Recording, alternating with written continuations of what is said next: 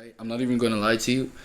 It's like I don't know how like shit got this deep, really. You know, I only thought it was about, you know, the whole streamer awards or whatever. Black Boy Max and Rakai, you know what I'm saying? These two streamers went ahead and shot a rapper. You know what I'm saying? A rap streamer or whatever. You know what I'm saying? But yeah, Black Boy Max and Rakai shot DDG. like, you know what I'm saying? That's why I ended up even just like researching like some sort of smoke.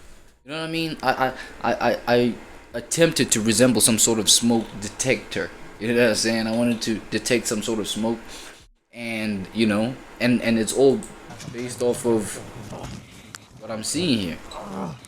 Because again, I thought it was just based off of nomination conflict, right, for the streamer awards. Like this guy DDG, you know, there's a couple. I don't want to dive into, you know, any specifics right now, but there's a couple of categories within the streaming awards that, you know, these neighbors right here is nominated. So like for example, you get categories where DDG and Black Boy Max are in the same category. So obviously, the one guy is trying to win over the other streamer. Well, both of those are actually rap streamers, so you can understand why they would be in like you know, the same categories. You know what I'm saying? Same thing with a couple categories or a category, I don't know, that Rakai may be involved in. And so now it's this whole, you know, I guess conflict, because obviously whoever thinks is the best will want to win, will expect to win. So now I think niggas is going on all types of campaigns, you know, telling people to vote for them and blah blah blah. So but then now it got to a point where this nigga DDG got shot, bruh. Like what's up with this, bruh? I didn't see this part of it even. You know what I mean? I only saw like homie was like desktop reacting to all this shit type shit. You know what I mean? I'm trying to catch myself up right quick. Okay. Ready? Okay. Switch. Count to three. 1, 2, 3. Oh. Special name here now.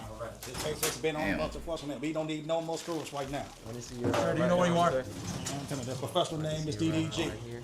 Okay. Man, DDG. Let me see the chat, bro. Assassination right here about the speech of the chat talking about.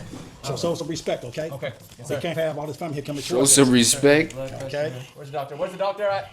Gotta show some respect. Chat laughing their ass off, though. Chat laughing their ass off. What's up? See, dumb, please. Chat full of haters. Oh, the doctor on that hood shit. OMG, bro. My god. W. I ain't gonna lie, like, this is some, like, but you know what I'm saying? When we start talking about, like, alternative entertainment. Why the doctors crashing out on each other? They're supposed to cooperate. But yeah, as I was saying though, it's like it's a I feel like this is a healthy alternative to, well, alternative entertainment. You know what I'm saying? Instead of just like traditional entertainment that had its own limitations, its own like just standards and expectations and things like that. You feel what I'm saying? Like you get like parts where, you know what I'm saying, chat is purely entertained. You know what I'm saying? Even by the fact that maybe these doctors is going at each other. You know what I'm saying? That could be an angle of entertainment that you grab from something like that. You know what I'm saying? It's just, you know, just sidebar. Okay. His height is 5'8". 5'8". Okay. What the hell they used to shoot this guy? Was there switches involved? You know what I'm saying? 27, 1997. He's 28. Hayes is 28. Okay. No. I wonder who pulled the trigger. I ain't gonna lie. Is on the right or left? There is a question. There's a question he's asking you up in here, Dr. Murphy. There's a question asking you. How you feeling? This nigga still mad and shit. Experience? Check his feet. Check his circulation. Take one of the socks off. No, make sure it's circulation. I am. So symmetrical up here. Read. Okay, hold on there. There is a sound for the fucking blood pressure. Look at the bottom of the feet. What the hell is he wearing? Bro, this doctor about to break this nigga leg. Y'all know how skinny this nigga legs is, bro. If you know, you know, bro. If you don't, you know what I'm saying? Do your homework. You know what I'm saying? If you handle that shit with just like a little bit of effort, it might break. It might break. I ain't gonna lie. Most likely. They got some skinny ass legs. I ain't gonna lie. You see what I'm saying? Look at the reaction. Look at the reaction. He feeling it, and the doctor only just like kind of like massaging the leg. What the fuck was the doctor doing? Look at the bottom of the V. He only touching that. Look. There's no blood clots, no nothing like that in here. He only touching that mug. Look at that. Oh. Man, this guy, bro. Doctor talking about you feel this. He's like, no, I don't feel that. Then why did you respond to that if you don't feel it? Come on, man. Acting etiquette, though. If you don't want to make this shit look real, bro, y'all gotta go at it the right way. You know what I'm saying? Gotta keep it consistent. But I ain't gonna lie, this is W Entertainment. Still. Is it right here? Hey, calm down, calm down. Nigga pressing the nipple, nigga. Of course, gonna feel something on the nipple. Come on, dog. It's gonna be all over. There's gonna be a news coverage all over. What's up with this? What's up with this weird ass? You know what That's I'm what saying? Our job is on the line. Our job is on the line. Our job is on the line. Reed, I'm your boss. Our job is on the line. Reed, here. relax. Our job is on the line. Hey, get the You guys remember that ready. college athlete? You remember that college football athlete we had to come up in here? I don't have Look at time this for guy. this This guy's shaped like a professional athlete right here. Work with it. Oh, Have you checked? that. Fix this. Get him out. Get him No, ready. I know what it is. Get him I know what cracked. it is. I see that face. Get him cracked. I saw it on WM. Get him cracked? If we go to Mexico, This man's a celebrity. Yeah, get him cracked? Who took him to Kaiser first? He should have been here. Let's put it like this. It had paparazzi all over him like this upon a doctor. Nah, that's crazy. Yo, whatever that doctor doing is crazy. It looks There's crazy. no cameras in here. Get the guys ready. I need the guys nearby. Where's them? Right here. Yes. Well, what's his vital? What's his vital? Look at just groaning in here. Yeah, we got his butter. We got his butter. Okay, so you want to get into shock. What are his known allergies, guys? Give me the scalpel. Iodine and penicillin. Do not give him iodine and penicillin. Oh. Wait, let me see what the chat talking about. Good job, doctor. Good job. Okay. Give me guys. What? Give me guys. What? Guys right there. You're on this side, Dr. Murphy. You don't get. Stay with us, brother. That's how I sound on that toilet. On that toilet? Good job. Oh. Chat bugging. Chat talking about that's how they sound on that toilet. You know, this nigga groaning, overgrown. Like he be, you know, OD groaning. Like, currently making a DDG goon. Whoa. All he need is a blunt. That's it. Look at that. That's a face that just needs to get fried. You pass me a fucking blunt. All the stress is just getting to it, brother. Cheerleader Hold down that there, hold that. Put your hand Get up, my goat, move. Get up. Alright. Hold the pressure. You gotta stick some up. Bro, why though? Hold on. Where is it? I did not realize it got this far, bro. It went to a point where niggas really had to pull the trigger on this nigga. You know what I'm saying? Damn, that's crazy. And you know what I just realized? I realized I'm not on the premium account. I realized I'm not on the premium account. Don't be mad at me. I'll just like, look, I'm sorry. Like, I'll change the account once we, you know what I'm saying, after this clip. My bad, y'all. So if an ad pop up, yeah, like my bad. In advance, you know what I'm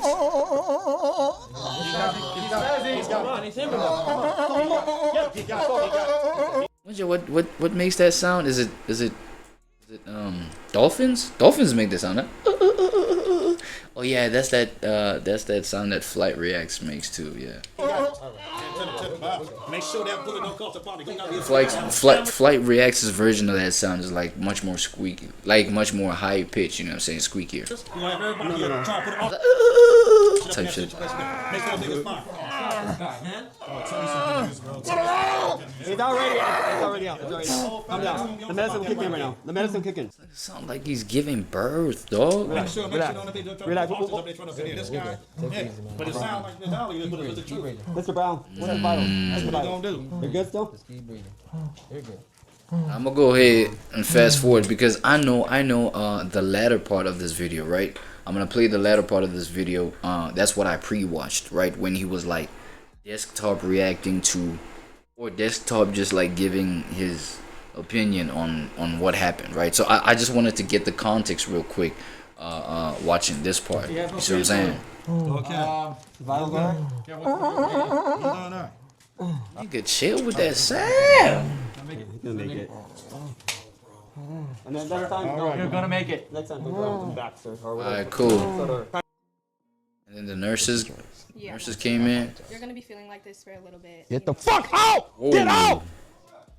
Please get out. We gotta keep our patient calm. I'm sorry, it's the drugs. Yeah. It's okay. Okay, so where's Bro, the drugs gotta keep you calm, no? it hurt right now? Right here? Okay, can you just take a deep breath in? I'm gonna feel it if that's okay. It's 100% okay. Of course you're gonna have a smile on your face, nigga. Stop. Right. Because I needed some context for this part right here. This is what I saw right here, right? But not all of it too. So I'm gonna go ahead and play it for the sake of context. Whoever's catching this video type shit. Everyone doubt us, because it's not me, it's us. How are we doing? I see Shit, you're up and out of bed. Shit, I'm straight, I'm good now. Yeah? I just been chilling and shit for real. Good. For real? Yeah, when I get up out this bitch though, you know, What's gonna happen? you gotta pull up to the damn cap house and shit. You know what I mean? Of course. That's how it gotta go. Yeah, it's DDG. What we dealing with? When I get up out of here, you know, the cap house, we be throwing like parties and shit, type shit, you know, free drinks and all of that. Ah, my shoulder hurts. Ah, my shoulder hurts. should get back in bed. Yeah, you want us to help you? Sneaky ass nigga, look at this nigga. Oh my god. They will do anything to get like a woman's hand to be touching and rubbing on him, huh? No, I'm good right here. Are you sure? I'm good right here. Yeah, look at that. Yeah. Whoa. Can I move this? Yeah, yeah. Okay. Thank y'all so much. I That appreciate man it. working with type. How long y'all been nurses for? These are 2 years. 2 weeks. Oh my god, thank you so much. You know. 2 weeks. Are you okay? Damn. Okay. I think one of the fragments got in my wrist. Yeah, I think so. It's like shaking. Okay, so it's just nothing but just like a session with Games the of y'all? girlies. Right. I just want like his whole little rant. I think he had a rant on some shit. I think that's where I ended it. Let me see right here.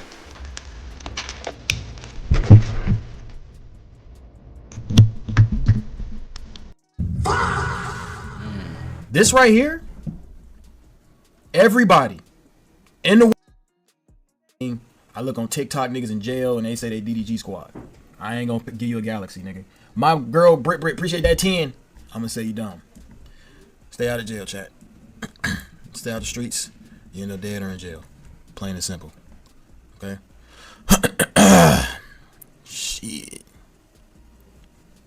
See this type shit right here. The president announced. Check on Twitter and see if y'all see Donald Trump announced any goddamn thing. This nigga. Bro, this is another video. I need the video where this nigga just like sort of kind of tweaking out, like, cause that's what I saw. Hold on. I need to search it up right quick. But then again, I understand why that one did not have any ads on it. I guess it's because, you know what I'm saying, it's a clip channel, man. There you go with the fucking ads. But I told y'all we're gonna switch over to the premium account like once, you know what I'm saying, after this reaction clip. I mean, so I saw it right here. Wait. Where's the desktop stream of this shit, bro? Oh, this is not it yet, actually. My second surgery of the day. I didn't stream my first surgery because I just didn't want to. Oh, yeah, hold on. You know, I was just out of it earlier, but I feel much better now. Yeah, that's what I'm talking about. Hold on. Let's just do some. I don't really, you know. Let's do like some quick little desktop. That's what I seen. You know, this shit hurt. Do like quick little desktop. All right. What happened, Let me nigga? react to it. Oh yeah, I came here to watch. What happened, nigga? That's what we came here to find out. For context. Ready, listen. Halo was home, you. Let me skip this part. Yep. Reggie was home, you left. You're right. I vote for Rakai. I vote for Rakai. Breakout streamer. Breakout streamer. There we go. Breakout streamer. I guess that's the one, you know, category that Rakai and DDG, you know, is a part of. And obviously Rakai feels like he's supposed to win it. And, you know, knowing Moo's character, knowing his personality, He not the type to want to lose. He been saying that type shit. You know what I'm saying? So he is also going on his little campaigns, going crazy. You know, throwing shots at Rakai. You know what I'm saying? But I don't understand the throwing shots at each other version of it. You know what I mean? Where it's like you can just tell your people to just like vote for you and just leave it at that. All these shots, you know, bringing homie's kid again into this, you know, into the whole thing. You know what I'm saying? Well, I'm surprised that DDG actually handled it much more calm. You know what I mean? He's about to give his reasonings why though. And if he don't win, That shit is rigged. That shit was rigged. I vote for a cut. Breakout streamer. And if he don't win, that shit is rigged. Yeah. Now, the reason why things like this don't necessarily, the part that I skipped, doesn't necessarily bother me is because it's not true. Okay? Okay, yeah, it's something that was said about Halo. I'm gonna go ahead and like skip all that because with me, right, this whole thing of him getting shot, there was a point where it was crashing out, dog. Like, you shot me. You know what I'm saying? So that's the reason, like, I actually wanted to get into the video to begin with. Hold on. I think it might be this part. Use the chat to wish my mom a happy birthday without my mom. No, Okay, when people here, y'all just can't hear my booms.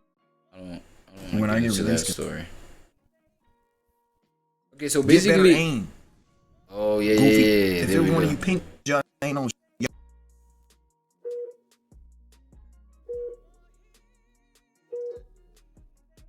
So where is this laser coming from? If we can figure out where this laser coming from, There was a goddamn laser on this nigga, dog. Oh, they really wanted to see him out. What? I can literally run back the footage. I can literally get all the cameras, the whole house surveillance, and I can figure out who the did this shit, bro. And whoever did it, Where did this speech take place in the first Yes. place? Like, that's my question. I'm still too. alive. And I'm still going to the award show. Who shot ya? Get better aim. Get better aim. Goofy. If it was one of you pink just ain't no y'all don't slap for nothing. Pink Y'all nigga. don't do for the what you talking about? It was a nice sunny day. It was a nice warm day when this shit happened. It was a nice sunny day. I'm happy to speak to my people. I'm happy to talk to my people that's willing to vote for me. And then I hear a little whizzing sound in my ear. I hear a whizzing sound in my ear, and then I'm like, damn, something just hit me hella hard. Yeah. And it was one of these that be hating on me, bruh. No homo. But one of these hating on me, they shot at me, bruh. I ain't even know they had a laser on me. That means just trying to take me out for real. Like, For real. straight up. That's what you know? I seen it too, bro.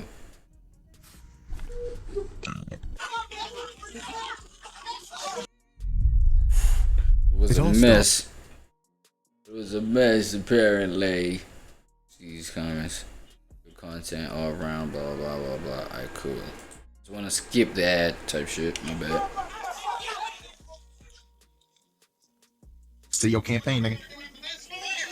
None of them voted. None of them voted.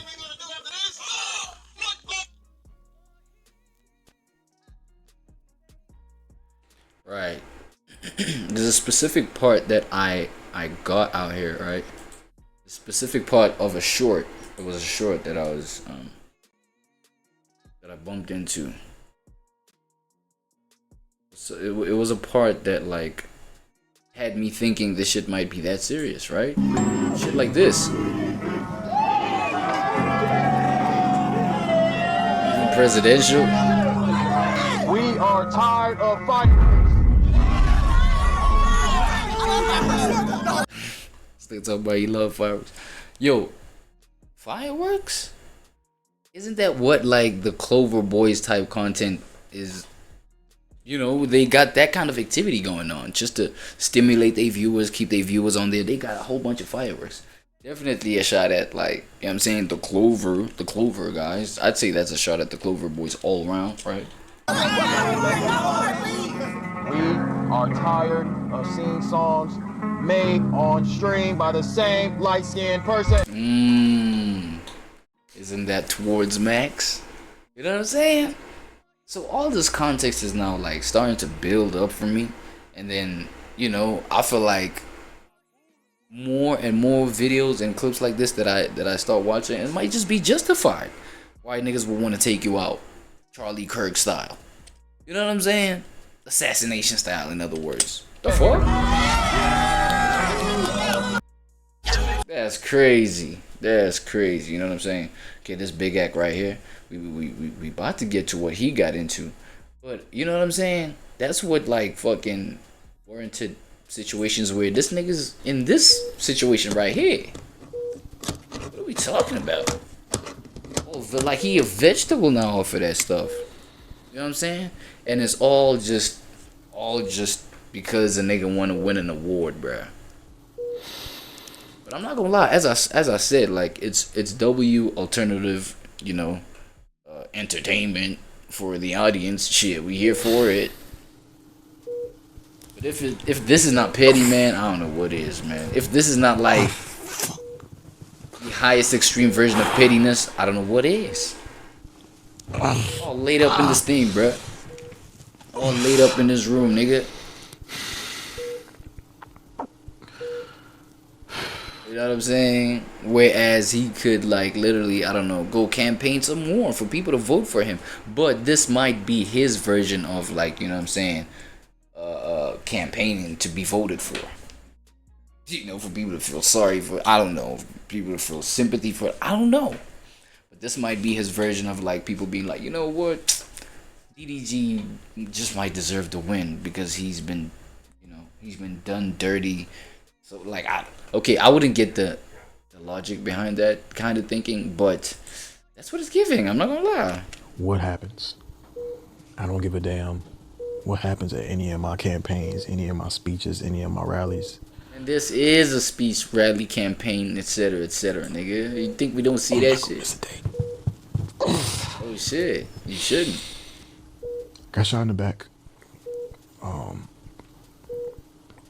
On the way back to the car. Got shot in your I back? cut off the camera. Yo, pause, you got shot in your back? God. Once all the adrenaline went down, I felt it. Right after. Felt it? I went straight to the hospital. Right after that back shot, you felt it? Shit. I've been here ever since. It's heavy, brother. Damn. That nigga must, you know, he must have been, you know, packing a heavy weapon. I ain't gonna lie. It's probably been up for maybe like 2 hours. And sleep most of the day. Oh, fuck. Oh, my God. Go on, brother. Listen to it. I missed y'all.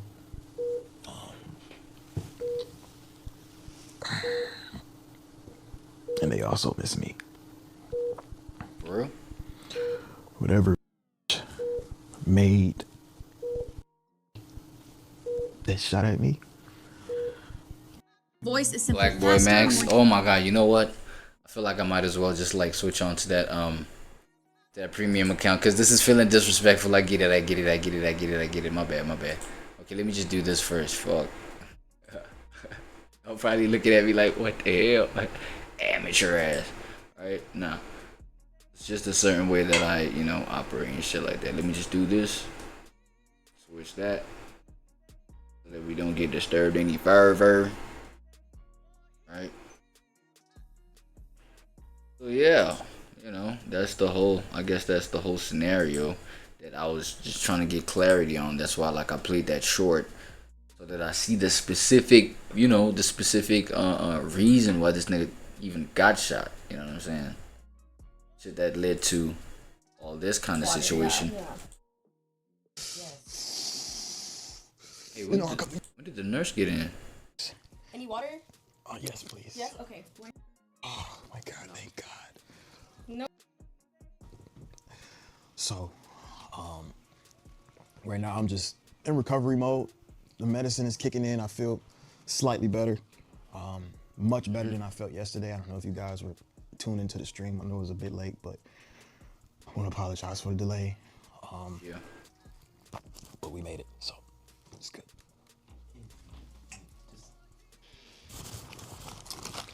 Ooh. Look at all Why that. does this nigga keep telling me that? I don't. What the hell is that? Telling me whatever I need. The fuck? Hate niggas, bro. That better not be D-Lou, bro, because D-Lou had this kind of annoying effect on, especially, what was it, in Too Deep, right? Yeah, but that kind of role would like fit the D-Lou character. Yeah, we're not talking about this. We're not talking about this. Please don't discuss this publicly. I just want. Yo, bro, this Akash situation, I'm telling you, bro, like, if you're a comedian, I feel like one of the hard things to accept is the fact that, yo, your marriage may just be a joke. You make jokes for a living, you know what I'm saying? And for you to survive this living that you're making off of making jokes, you know, for you to go through that kind of life journey would require you to, like, bond with a mate on some jokey vibes, right? Come on, bro. That's how you appeal to people. That's how you're gonna appeal to the opposite sex type shit. Come on. So, you know what I'm saying? You appeal to those people, to the opposite sex, with all them kind of jokes, with all them kind of type stuff. You know what I'm saying? And then obviously a whole lot of stuff in your life will be a joke, bro. I'm not gonna lie. You know what I'm saying? You let me know if I'm cooking. Yo, it is what it is, though. ReWAD time. Reactive worlds a day. I'm saying, Professor PHREYZ in the building right now. I mean, we're breaking down psychology. It's the psychology reaction. Stay with me. Stay with me. Do your homework on psychology. Do your homework on reaction. Do your homework on reactive worlds a day. Do your homework on PHREYZ 96. Let's get it. Do your homework on Professor PHREYZ. Okay, cool. I'm done. Check it out though. Now we breaking down. I feel like the kind of extreme type of psychology, you know what I'm saying? The extreme version of the psychology that may be negative in the sense of self-awareness when we're talking self-awareness, right? So I'll see how I coined the title, but we breaking down psychological reactions. So why self-awareness is ruining your life. And of course, since we are the channel that we are, finna look at the psychological aspect to things, right? Let's get it. This is calcium. I think it's the first time I bump into this one. Let's hear you, buddy. Shit, it's mute. My bad. I think human consciousness was a tragic misstep in evolution. We became too self-aware. Nature created an aspect of nature separate from itself. We are creatures that should not exist by natural law. That sounds god fucking awful. Have you ever asked yourself what truly separates humans from the rest of the creatures on this earth? What? The core difference isn't intelligence or emotion. If you think about it, it's... Okay, no, look. Alright, let me try. Let me take my guess. It's not intelligence, it's not emotion that separates humans from the rest of thingies. It's your build, bro. It's our build. You know what I'm saying? And I feel like our build, like as in our form, our bodies, bro. We got two, what is it? 4 limbs. Is the head a limb? Because if the head a limb, then, you know what I'm saying, 5 limbs, right? And if the neck, if the DICK is a limb, come on with it. You know what I'm saying? Hold on. Nah. But you know what I'm saying? Limbs, bro. And like how humans move around, how the way they think, the sizes of the brains. You know what I'm saying? And I feel like all of that addresses the formation of the body. So that may be one major thing. Okay, he did say not emotion, not intelligence. Yeah, bro, it's the way it's built. Because even that determines how we interact with nature, dog. How we walk on the ground, how we just climb. You know what I'm saying? How we XYZ, bro. You get the picture. You know what I'm saying? So I'd say that the formation of the body is a major difference. The ability to metacognition, awareness and understanding of one's own thought processes. Look, bro, he did say. Look at what this guy said at the beginning. We became too self-aware. Nature created an aspect of nature separate from itself. We are creatures that should not exist by natural law. That sounds god fucking awful. Have you ever asked yourself, what truly separates humans from the rest of the creatures on this earth? The core difference isn't intelligence or emotion. Isn't intelligence or emotion. What did he say? Meta what? Meta whatever may just address intelligence, dog. If you think about it, it's metacognition. Metacognition? The ability to think. I'm gonna have to address my boy co-pilot. Awareness and understanding of one's own thoughts. Metacognition, right? I'll just real quick. I need these answers. Metacognition.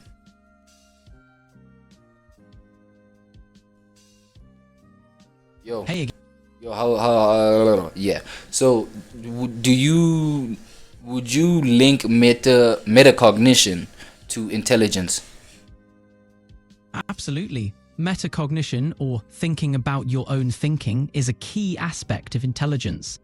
It's a key aspect of intelligence. So what are we talking about? But I'm gonna go ahead and forgive you because it's a short video. I'm just gonna break down a specific angle about what you think you're talking about at this point, because I may just, you know what I'm saying, have a feeling that you may not know what you're talking about right here, buddy. With calcium, you know what I'm saying? Let's hear you out though. Think about thinking. Animals can feel fear, hunger, affection. They even problem solve, but they don't reflect on those feelings. A deer feels fear and runs. When a human does it, he later thinks, why did I get scared? What does that say about me? That second layer, the reflection on the self, is the defining feature of human consciousness. It's what lets us create art, philosophy, and science, but it's also what allows us to feel shame, regret, and existential dread. We became smart enough to understand ourselves, and for some people, they're miserable because of it. You see this a lot. Okay. You know, only because things like, or you know, concepts, but realities like analysis paralysis exist, right? Having so many options that you end up freezing. You see what I'm saying? Listen to me, I'm cooking. How I connect that to just like having extreme negative self-unawareness is the fact that you knowing so much about yourself, you knowing so much about yourself may overwhelm you. You may know things about yourself that you may want to apply in a current moment, whereas that current moment doesn't need you to be that, and then now you end up destroying yourself. AKA, I mean, you know what I'm saying, you may like just be an attractive young man, feel me? Attractive young dude, you know what I'm saying? And then all the way since, bro, primary school or whatever, you've been having like certain looks about you, you know what I'm saying? Certain just like murmurs about you, and, you know what I'm saying? Crush XYZ be checking you out, like, you know what I'm saying? You know what I mean? You feel like you the man. You in the fucking 3rd grade. What the hell you trying to know about being the man in the 4th grade, my nigga? You understand what I'm saying? And then you get lost in that sauce because you are aware of an aspect of you that you were not ready to be aware. Well, that you were not supposed to be not aware of, but that you were not supposed to be sensitized to it in such a way where you just want to apply it. You just want to, you know what I'm saying? You want to use the tool right away. AKA niggas that just, you know what I'm saying, be losing their V cards at like 13 years old, nigga. Just because you got like a schlong, you know what I'm saying? Just because you got like long meat, bro, it don't mean like you gotta apply that shit at like 12 years old. Come on, bro. You bugging, nigga. 14? Hey, okay, I don't know the standard these days, but y'all are telling me, y'all let me know. But you know what I'm saying? I feel like, okay, that's the version of how you can be. Well, let me just say that's why I agree that, you know what I'm saying, one of the aspects where self-awareness could be like just negative. People in therapy. What is fucking self-knowledge? Right. What the fuck has it gotten me? They're really self-aware, but that's kind of part of the issue, right? And it turns out science actually backs that up. There's a part of your brain called the default mode network, and it's basically your brain's idle mode. Sounds like NPC behavior, but it's the part of your brain that becomes active when the mind is at rest and not focused on the outside world. It is crucial for internally focused thoughts like daydreaming, self-reflection, recalling personal memories, and thinking about the future. Now, this part of the brain is what gives humans self-awareness, the ability to reflect on ourselves. Like, imagine a bird. A bird spends most of its day looking for food. It checks 10 spots and finds nothing. It doesn't go, oh, I'm so bad at this. I'm such an idiot. It just it doesn't go, yo, let me go try to find a degree. Yo, let me go do this, that, and the third. You know what I'm saying? It just does what it does. You know, goes and gets its food. You know what I'm saying? And that's it, bro. Like, some of these animals, I'll be asking myself, like, well, I just be wondering, like, yo, how simple their lives is. It's crazy. All they gotta do is just like go get some worms, go get some food, birds that is, go get some this, that, and whatever birds eat. You feel what I'm saying? And that's it. That's all. Build my little nest. You feel me? And then when it's time to do whatever, it's time. And then that's it, bro. Like, yo, bro, like, humans have made just like their experience of existence mad complicated. Like, for okay, there's like, yo, a bunch of reasons, dog. I mean, what I just said was a mad ignorant statement. I'll own that, but oh, it is what it is. I mean, compared to other creatures, since we're here, since we're on this video, you know what I'm saying? keeps looking. But us, if I ask 10 people out and they all say no, I don't just move on. My brain will start going, oh, maybe I'm ugly, maybe I'm unlovable, maybe I need more money. Now, self-awareness, as amazing as it is, it has some flaws. The same system that helps us learn from mistakes can also turn on us, because once you think about yourself, you can also judge yourself. And if that self-judgment loop gets too active, you're fucked. This is where depression and anxiety come in, because people with depression tend to have an overreactive default mode network. In other words, their brain is stuck in self-awareness mode all the time. And do you want to know what's crazy? Is that the person who thinks they're God's gift to humanity and the person who thinks they're a complete failure have the exact same problem. They're both trapped by their ego. There's a lot of narcissism and self-hate. Try to convince a narcissist that they're not the best thing ever. It's impossible, right? Now you try to convince someone with low self-esteem that they're not a loser, it's also impossible, because both are ego, both are the same mechanism, just pointed in different directions. And I feel like that's how, you know what I'm saying, you know, today's psychology that we're trying to, you know, break down is developed. You know what I'm saying? Developing, you know what I'm saying, the psychology of just negative self-awareness towards yourself, bro. You feel what I'm saying? And that's just like, it's clinging to something so bad that you destroy, like, you just destroy how it's supposed to function, how it's supposed to motion. You destroy, you know, just how you're supposed to use the tool, bro. I mean, it's like using a teaspoon to try and, I don't know, unscrew screw. You know what I'm saying? Something. Or to just like, break a wall down, use a teaspoon. I don't know. But you know what I'm saying? It's like, how long would it take you? You know what I'm saying? How much resistance would you experience trying to fucking break a brick wall, like a concrete wall with a teaspoon? Feel me? Versus using the right tools. You know what I mean? Just doing the right thing. I feel you on that front, bro. person with low self-esteem is constantly thinking about I'm worthless, I'm pathetic, my family would be better off without me. Still about me. In depression, the self. Yes, I've always thought about shit like that. You know what I'm saying? Whether you are the narcissistic, whether you're at the narcissistic end of the spectrum or you're at the like extreme codependent end of the spectrum, where it's about like, you know what I'm saying? Or, you know what I mean? We can talk about it from covert narcissism versus overt narcissism. You know what I'm saying? Where it's either you're just like leeching, you know, off of being a victim the whole time, but like narcissistically, where it's all about you the whole time, or whether you're like the villain, you know what I'm saying, the boogeyman, the bully, right? Either way, it's like, either way, it's just like a latching onto the idea of shit being about yourself, bro. You know what I'm saying? That's why it is self-awareness. But then there is what do I be saying usually on this channel? I mean, if you know, you know. If you don't, do your homework. I be saying a whole lot of the time that it's about like a distasteful versus a tasteful way of doing things. Shit, I had to grab that from the archives myself. Facts. You know what I'm saying? But there's a tasteful and a distasteful way of doing everything, bro. But now, if you are you know what I'm saying, aware of yourself in a way where it's clearly distasteful, bro. It makes people uncomfortable. And you know this, you could tell this if you are the common denominator. If you're the problem with everybody. And if the problem is about you, you know what I'm saying? You're gonna have to like go do some narcissistic diagnosis of some sort, dog. Because it can either be covert or overt.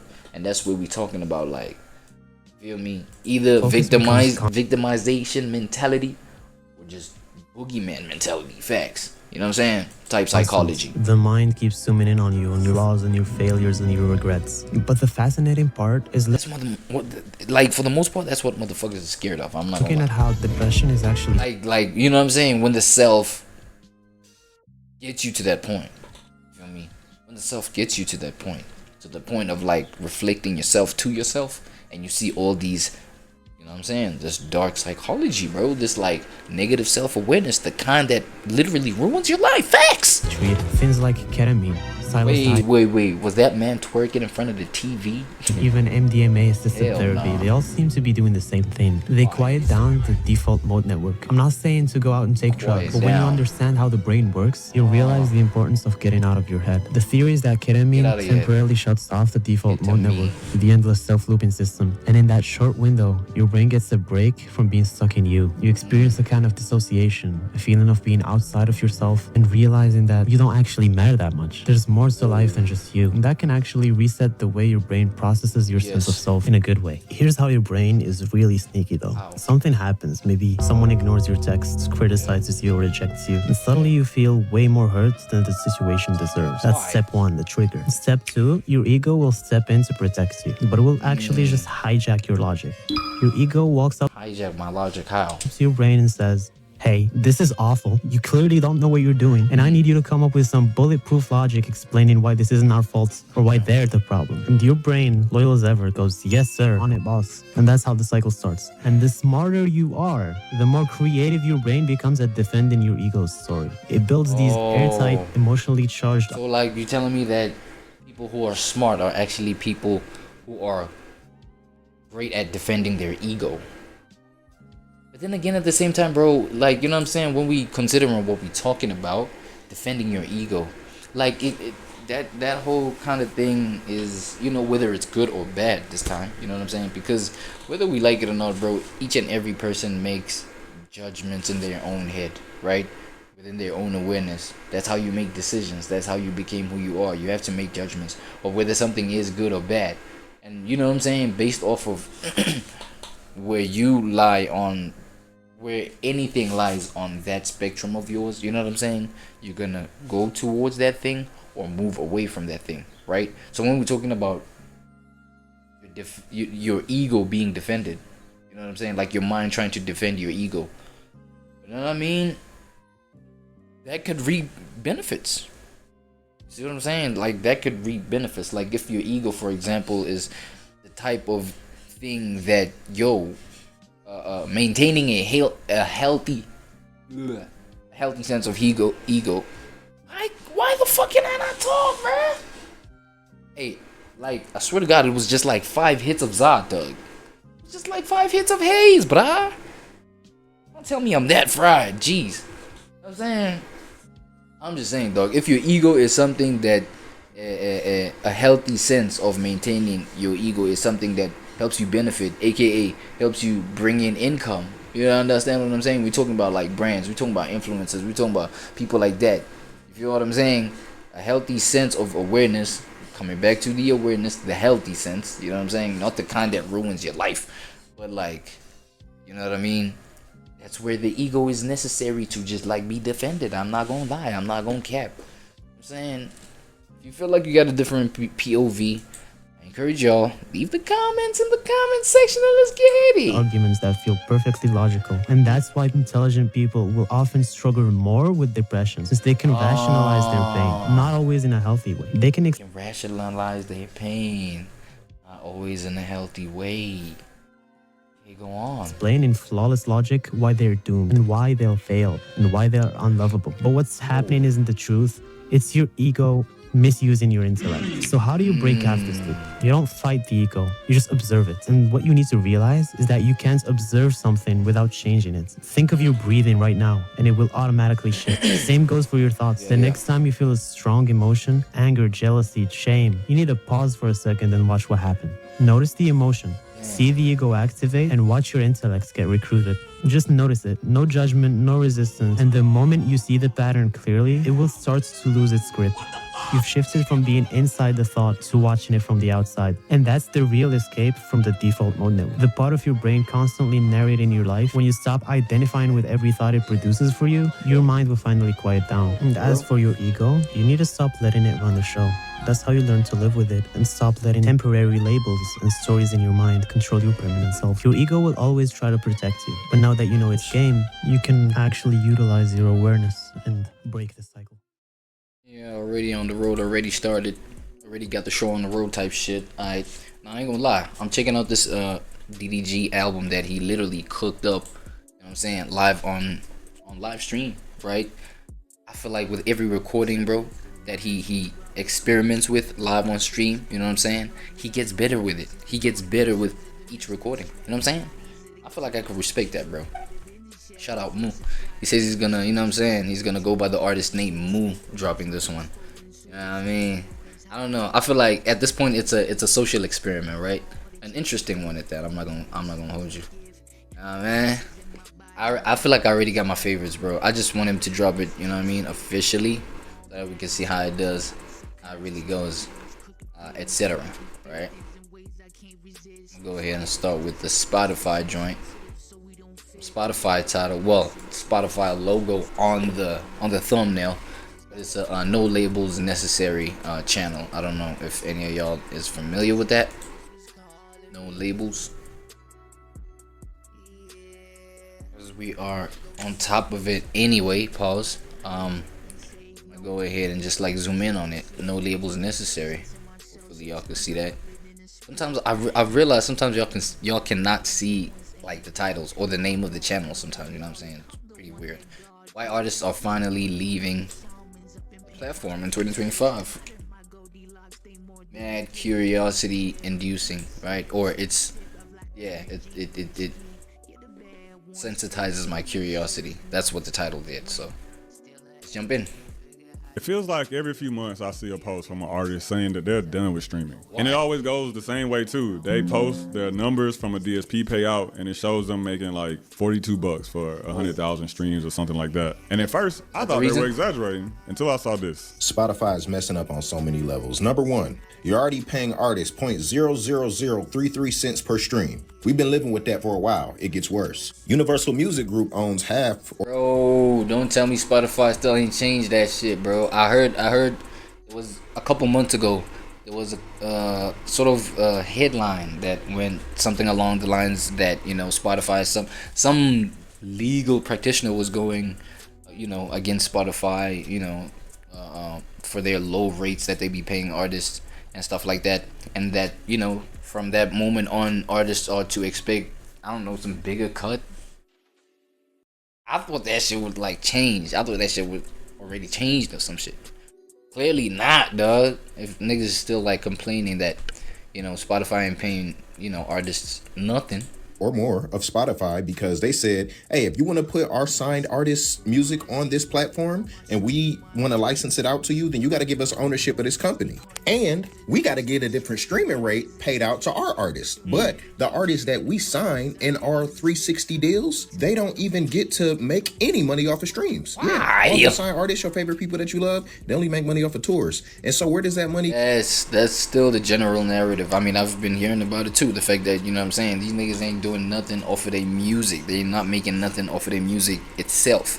You know what I'm saying? They got to do a whole lot of miscellaneous things to like keep their business, you know, to keep sustaining themselves and their brand and they blah blah blah. You go. Because 98% of the streaming royalties go back to who? UMG for recouping the advance that they gave these artists to begin with when they signed them, right? So, you know, UMG owns half of Spotify and the business model is set up to feed UMG at a disproportional rate, while artists get 0.00033 cents per stream. Then Daniel Ek, the CEO of Spotify, as a result of this business model, becomes a billionaire 5-6 times over. You know, maybe he could invest back in the app and make it better for artists, make it better for us to get paid and to have more equitable streaming revenue.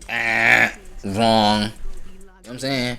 Wrong. And I feel like it's this whole model of like, you know, bro, the capitalism or the capitalistic system and how it's now, you know, how it's planted its own seeds within the psychologies and minds of, you know, individuals like owners and the runners of these corporate giants like UMG.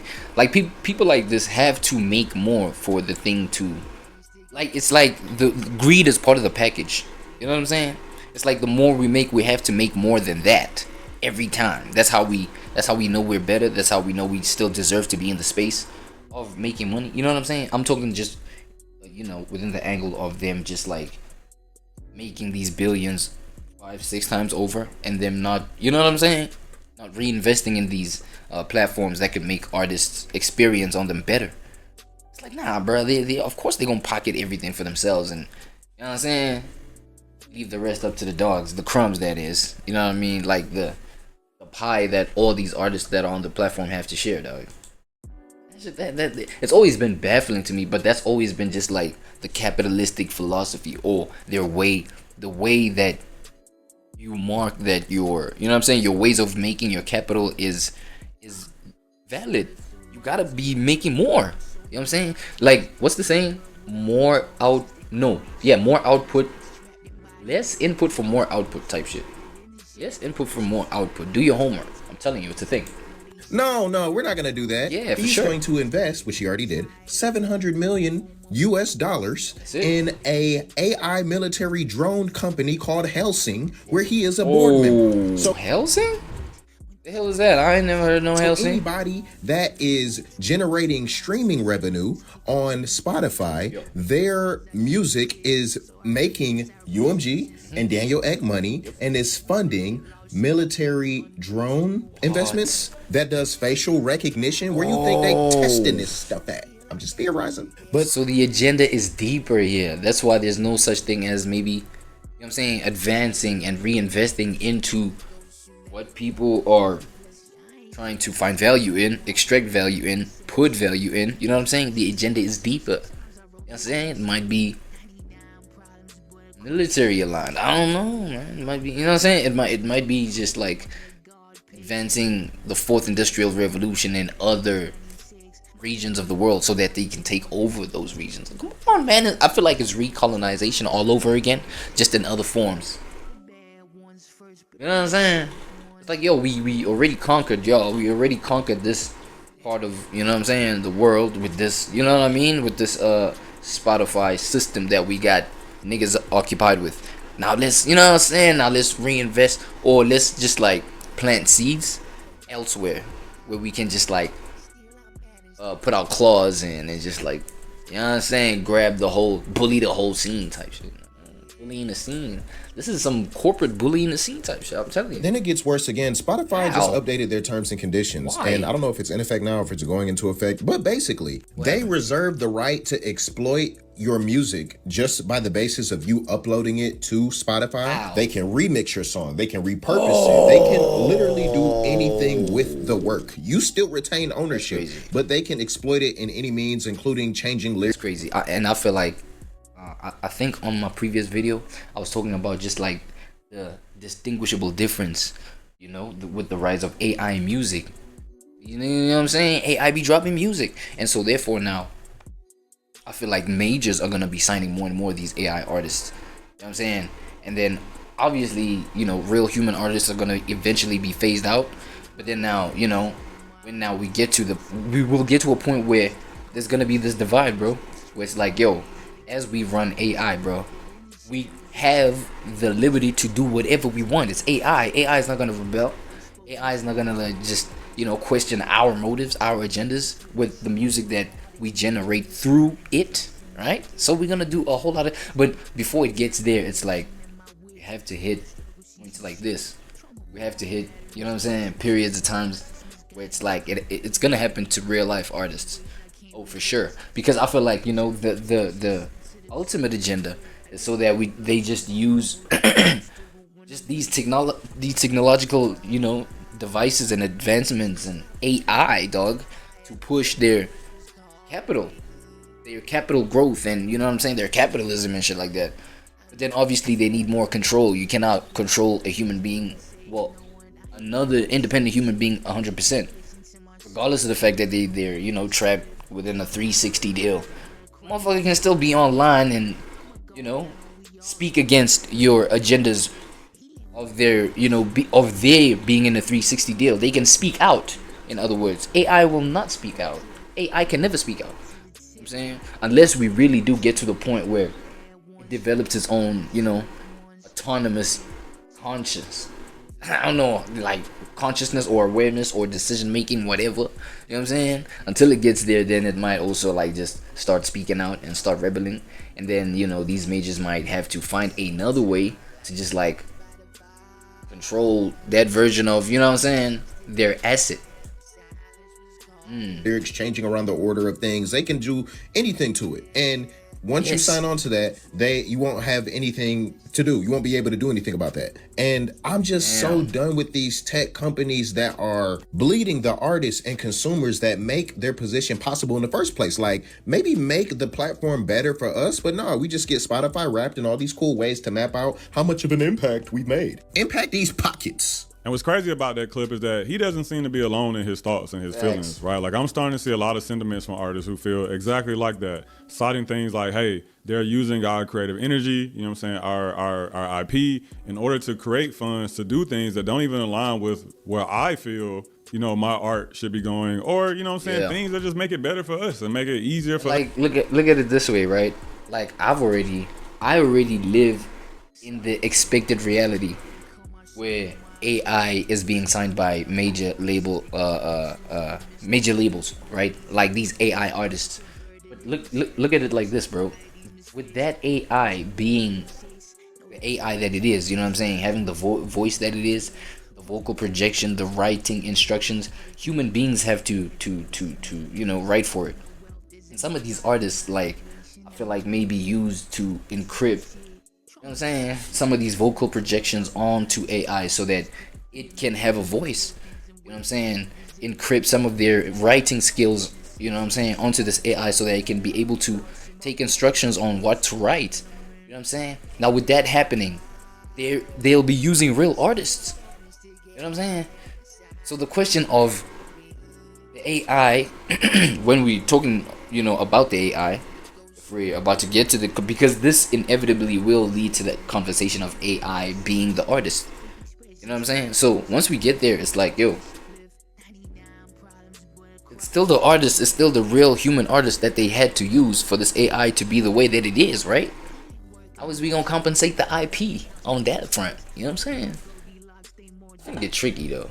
It's gonna get really tricky. I'm not gonna lie. Let's to maneuver and grow our careers. So while the industry may label some of these artists, you know what I'm saying, upset or bitter, I think they're just being honest. Because here's the truth. They sold us that streaming will be what gives artists the same leverage and access to the industry. But we're starting to see that that's not completely true. So today, let's talk about why artists are walking away from streaming and what comes next. But before we get into that, I want to take this time out to shout out some of the community members, because without especially the part of what comes next, I'm very much like interested in that part, right? I'm like, yeah, very curious about like what's about to come next. You know what I'm saying? I don't know about y'all. Now, in order for us to completely understand why artists are feeling like they have to walk away from streaming, we got to start with the math. How much do streaming platforms pay in 2025, and how many streams would it take to make $1,000? Let's talk about it. Now, up above, I have the most popular DSPs and the payouts per stream listed next to it. As you can probably guess, every platform is going to pay under a penny per stream, but there are going to be some that are better than others. So, at number one, we have Tidal. To make $1,000, you're roughly going to need about 78,000 streams. Up next, we have Apple Music. To make 1,000, you're going to need roughly 133,000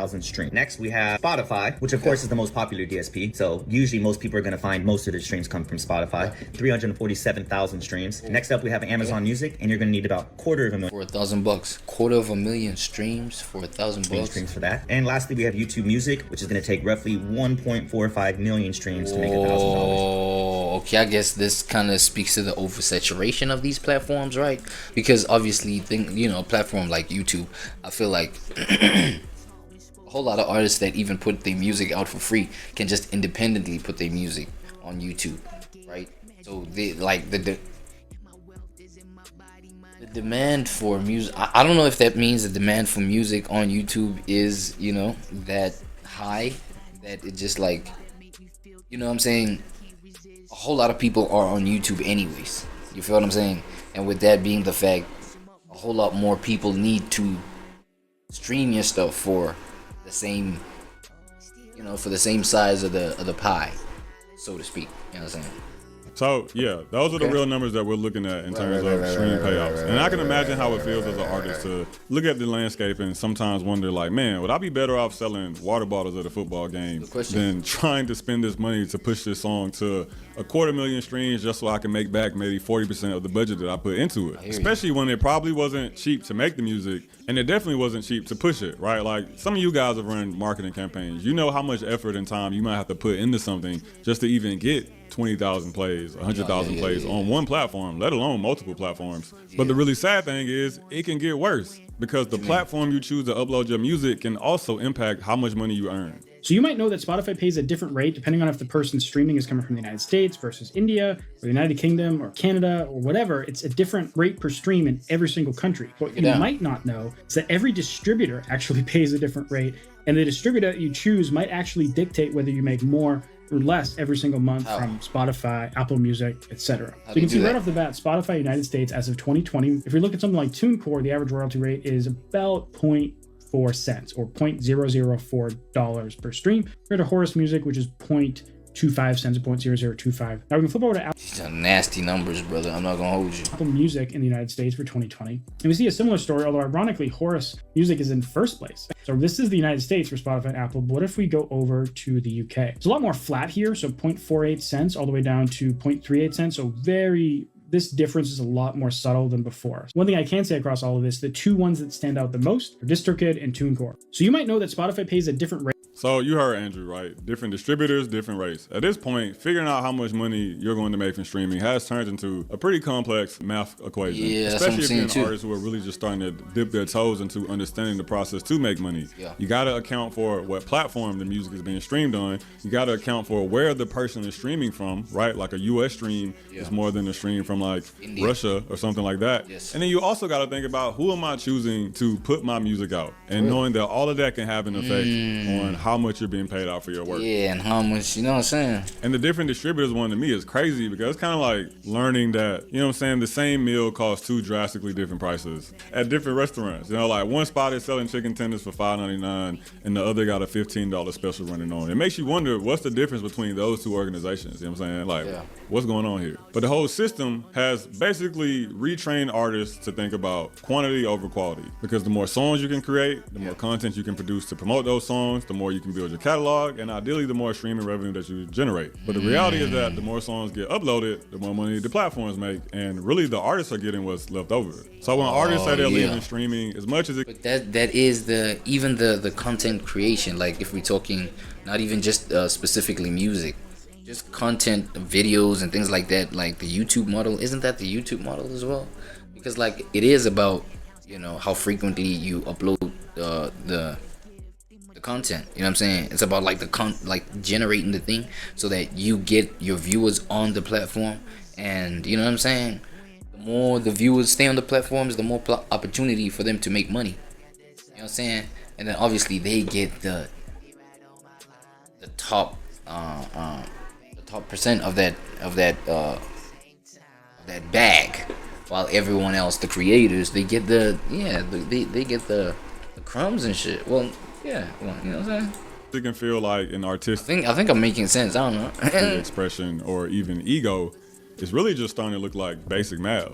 And even then, for a lot of artists, it's not even about the money. It's about the lack of communication with these platforms, the lack of transparency, and feeling powerless over something that they created. I have to air this out. About a month ago, I noticed that one of my songs, Never Gonna Come Down, was added to an independent Spotify playlist for one day. It got 10,000 streams that day, and then it was taken off the playlist. I thought it was weird, but I really didn't think that much of it. And I never paid for any third-party playlisting campaigns or hired any services that were guaranteeing me a certain amount of streams. Yeah. I had no idea who was running the playlist or why my song was even added to it. And a few days ago, I got an email from Spotify for Artists saying that there were artificial streams detected on my music, but they didn't give me any details on what songs were flagged. Even when but again, man, come on, bro. When we talking about like playlists and stuff like that, because okay, I know a whole lot of artists, you know, like one of the ways that they can thrive on a platform like Spotify is being on playlists,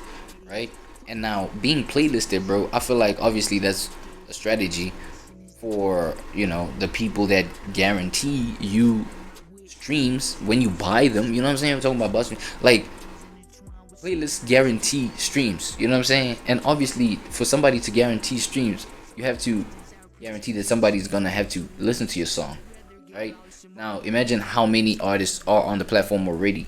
Like that would, like in some instances, looking at it from a certain aspect, it would be almost impossible for you know, the platform to get your specific song in front of people's faces. So that element of it makes it kind of tough to guarantee the stream.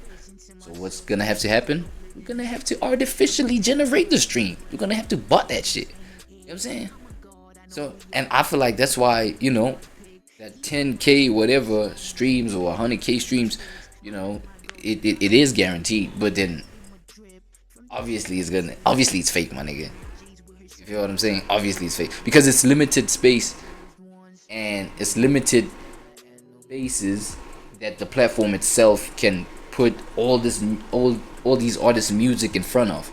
That to some degree, dog, it's like once they reach their limit, they're gonna have to do the artificial streams, bro. Feel me? So just like, well, the point I'm trying to make is that, you know what I'm saying, being, I don't know, like just being optimistic, being enthusiastic about just like your stuff being on playlists. I feel like just note that you just might be taken down for, you know what I'm saying, botting streams or some shit like that without even you knowing that type shit. You know what I'm saying? But then I feel like this is a wake up call for you to blame the fact that you bought your streams, you bought it. If that's what you do, you understand what I'm saying? That right there might just be like a big contributor to that kind of shit. When I reached out to the Spotify for Artists and I mean, you know what I'm saying, to your shit eventually being taken down. Support team, they weren't able to provide me with any details on which songs this was about. Yep. But I started thinking back to when my song Never Gonna Come Down was added to this playlist for one day, and I started thinking Never Gonna Come Down, and they took it down. Damn, how ironic.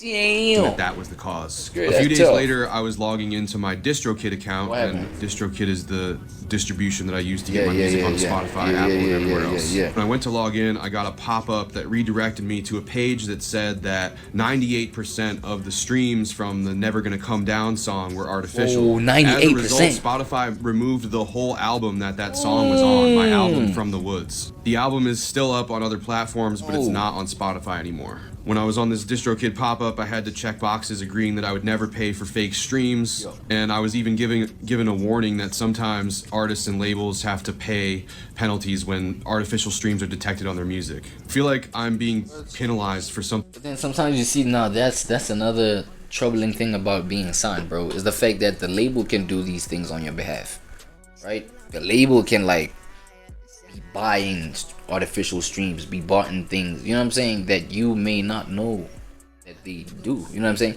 You know, I mean, that kind of promise may come packaged in another way. It's like, they're not being like, yo, yeah, we're gonna take your song to the top if you use our platform, and you know what I'm saying, and we're gonna bot for you and we're gonna buy no, they're not gonna put it in that way. They're gonna put it in like, yo, buy this package, the premium pack or the platinum package, blah blah.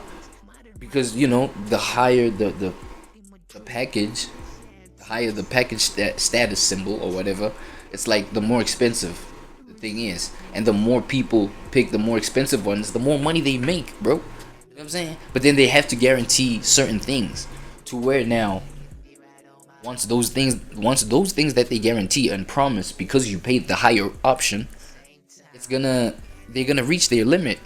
And once they reach their limit, they're gonna have to artificially generate like what they promised, aka those streams, bro. You know You know what I'm saying? Come on, bro. No one man should have all that power, bro. No one man can have all that capacity to just like guarantee anybody that goes on their platform success. You understand what I'm saying? Because now it's about, as long as I can pay the whatever $2,000 plus package, as long as I can pay that, man, all of this stuff is guaranteed. But imagine if 2 billion people get that. Is 2 billion people gonna receive that promise? Well, according to theoretically how you set up your thing, your business model, those 2 people have to come up with that shit. So what you gonna do? You gonna have to buy it. Yes. Come on, man. This is basic 1 + 1 = 2 type shit. And so now the trouble in that is that, okay, the point that I was trying to make was the fact that, you know, labels can do this on the behalf of artists.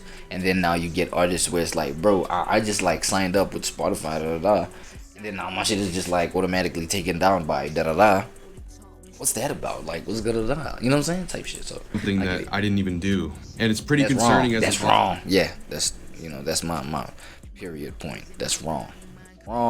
Artists that anyone could add any artist's song to a Spotify playlist that has bots and artificial streams on it, and as a result their music could be removed from the platform. So imagine that, right? Like, imagine grinding for weeks or months or years, putting together something that you feel proud of, you feel ready to share with the world, and then poof, it's Thanos snapped away. No warning, no explanation, no refund. And I think that for a long time, artists have not been shy or ignorant to the fact that, you know, yo, you didn't buy a house. You're pretty much working on rented land. But I think we've gotten to a point to where the platforms are making sure to remind you of that. And they're not being shy about the fact of, yeah, we make the rules and we can flip the switch anytime. Wait, quick pause, because a lot of you have been... Now, in this next clip, Jane Lee, aka Your Indie Mama, says something that really stuck out to me. We Anything came along to solve a problem, and then created another problem. First, we had sheet music. Everyone played music, they didn't listen to it. And thanks to Mr. Edison, phonograph cylinders, wax tubes from the 1800s, could play a few minutes of music. For the first time, people had music in their homes, but it wasn't enough. Why? So then came the shellac disc, the 78, standardized, but extremely brittle. So then they invented vinyls, lighter, smoother, more durable. So vinyls solved fragility, but now the problem became portability. So then came the cassette tape that you could fit in your pocket. The Walkman allowed you to take the music anywhere. But then came the CD, more perfect sound. Then the problem became access. So then enters Napster. Why buy one when you can download them all for free? Piracy exploded, and the music business almost ran out of business. Problem became ownership. So then enters Apple iTunes. Buy one song legally. But then streaming came along and said you don't need to own, you just need to have full access. Then what happened? And now, for the first time, the problem is not the convenience of the listener. Streaming solved access. Infinite exposure, but microscopic payouts. Infinite access, loss of value. Instead of learning artists and music, we were bound by the algorithm. The algorithm feeds the music, the consumers consume. Infinite music everywhere, but zero. And it's crazy that, you know, now artists, like, how the authenticity of their art has been snatched out, or the value in the authenticity of the artist has been snatched away, is in the fact that they have been creating for the algorithm. You don't even create for your artist anymore, bruh. What happened? What happened? No. You cannot blame any other thing for you quitting music, bro, other than the fact that you were sucked into the rabbit hole of creating music for the algorithm. And like, I say this like respectfully, but even creators, man, when we're talking about, you know, video creating things like this for platforms like YouTube, platforms like Twitch, like, but bro, it's for, well, I don't know if Twitch is algorithm. Nah, I wouldn't think so. I don't even think Rumble is algorithm based. But like, yo, creators across board are just like creating for the algorithm, my nigga. You know what I'm saying? This might just be an indirect admission of guilt over myself. I mean, you can see, like, look at this video. Pretty sure it's not even more than 10 views on this. You see me keep going? It's because, yo, the algorithm gods, man, like me and, you know, them kind of have this contractual agreement that, you know what, I'm talking intuitively though. We have this kind of agreement that, you know what I'm saying, I'm gonna keep going, and you promised some shit when, you know what I'm saying, for as long as niggas keep going, you know what I'm saying. And I'm just exposing the mindset that like creators end up adopting while creating for the algorithm. It's for some sort of guaranteed outcome. Nah, keep cranking out enough videos, man. You're gonna get to a certain numbers, you know, view count, sub count, get monetized, blah blah. And, you know what I'm saying? We here for the cheese, man. Come on, you can't be mad at a nigga here for the chicken. Chasing chicken. That's how we surviving. Hey, I'm not a negative nigga. I'm just a realist with it. You know what I'm saying? I'll just admit it. But you know what I'm saying? That's what it is. Niggas is just creating for the algorithm. Point blank. Period. That's it. That's all.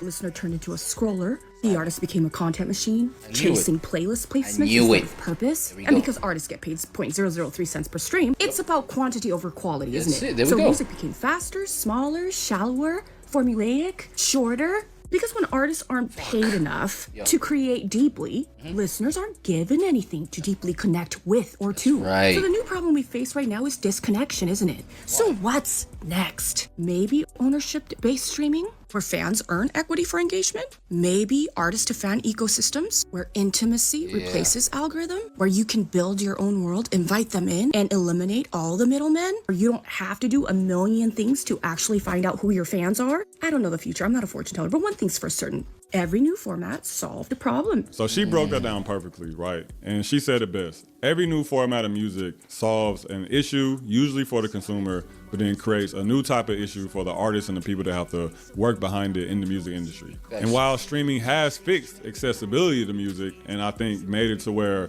more people know about more artists today than I think any generation of music listeners. You know what I'm saying? Like the average music fan today probably has like 40, 50 favorite artists and may still be discovering new things. So while it may have opened some certain doors in terms of discoverability, in terms of more artists being able to get access, we can't ignore the fact that streaming has kind of damaged the relationship between artists and their fans, and has made it very shallow and very transactional. And that hit me because even though we may be arguably exposed, and then now I feel like, you know, with that being said, it's like, for the artists that are actually there for the deeper meaning and the true authentic value that they believe their art can have on their fans, it's like it makes it harder for those kind of artists to connect to those fans, their fans, the people that connect to the, you know, art on some deeper vibes more than just like, you know, the numbers, you know, version of the relationship, of the connection, right? So it's crazy. I ain't gonna lie. some more music as music fans today. Music fans of yesteryear may have gotten to know their favorite artists way more intimately. They got to get liner notes, they got to go to shows, they got to really feel like they were a part of something. But now today, most artists just see their fans as a profile pic and a stream count on the DSP. But on the positive side, I think that everybody's starting to notice that that connection is missing. I'm sitting here thinking I really just deleted all my music streaming apps. Girl, what the? No Tidal, no Spotify, no Apple Music. As a consumer or as an artist? And no SoundCloud? As someone who loves music and listens to music every single day, all day, I'm the friend that's going to send you a link regardless of the time of day. I notice how easy it is to consume music. The music algorithm from these streaming services are pushing projects to you based on things that you've listened to in the past. And for me personally, it's taking the intentionality out of discovering new artists, new genres, and new projects. I will be using physical copies of music such as CDs and vinyl records. And I will also be using NTS Radio. NTS Radio is a global radio platform that broadcasts music from over 50 different cities across the globe 24/7. Did I mention I'm doing this challenge for 15 days? Now you see that, doesn't that put a smile in you guys' heart just to see that fans are waking up? Let me feel that. Smile in my heart. I don't know. Maybe nah. I'm not gonna cap. Not really. I mean, she's literally detoxing. No. This is a W idea though. It's a W. Thing from streaming. You know what I'm saying? Just treating it like she cannot fast food for a diet. And for me, this is what we've all been waiting for. We've been waiting for what artists need in terms of surviving and being able to scale their career to meet and match with what fans are thinking and what fans want from their favorite artists. Because that's when you know and start to see something really shift. When not only the artists are complaining about the thing, but the fans are complaining about it as well. And even better, even the higher side of the music industry is finally starting to admit it. Where the music business is going is we are going back to direct-to-consumer. Direct-to-consumer basically means there's no middleman. If I sold Boomy a CD right now, that's direct-to-consumer versus me hitting upload putting it on Spotify and say, hey, boom, go listen to my music on Spotify. Well, Spotify would be the middleman because he paid them and then they gave me some money versus him just handing me a $10 bill right here. Like it's direct consumer. So that's direct consumer, right? Now the music industry used to be that when we were selling CDs, vinyls, 8-tracks, etc., right? But now because of technology, we don't even have to spend that cost. We don't have to press up CDs and mail it off to FY store. It's literally just a digital link. So it costs us $0. That's a fact. We put it up, they buy it, they get that digital link, they can listen to our music. So now that's right though. Like well, with you know, when all is said and done, we can, you know, admit the fact that it has cut away. Well, it has made, you know, things more convenient, right? For you to just like put out music and have your music, you know, have the opportunity to get to your fan for you having spent $0 for it to get to the fan. I mean, you still had to spend something to get the device that you're gonna upload the thing with, you know what I'm saying? So that you can download the platform Spotify so that you can put your music, you know what I'm saying? There's money there, but like money in terms of like you having to take your music and take it to your fan, you know what I'm saying? And like at no cost. So it's convenient in that way, and also getting your music to your fan.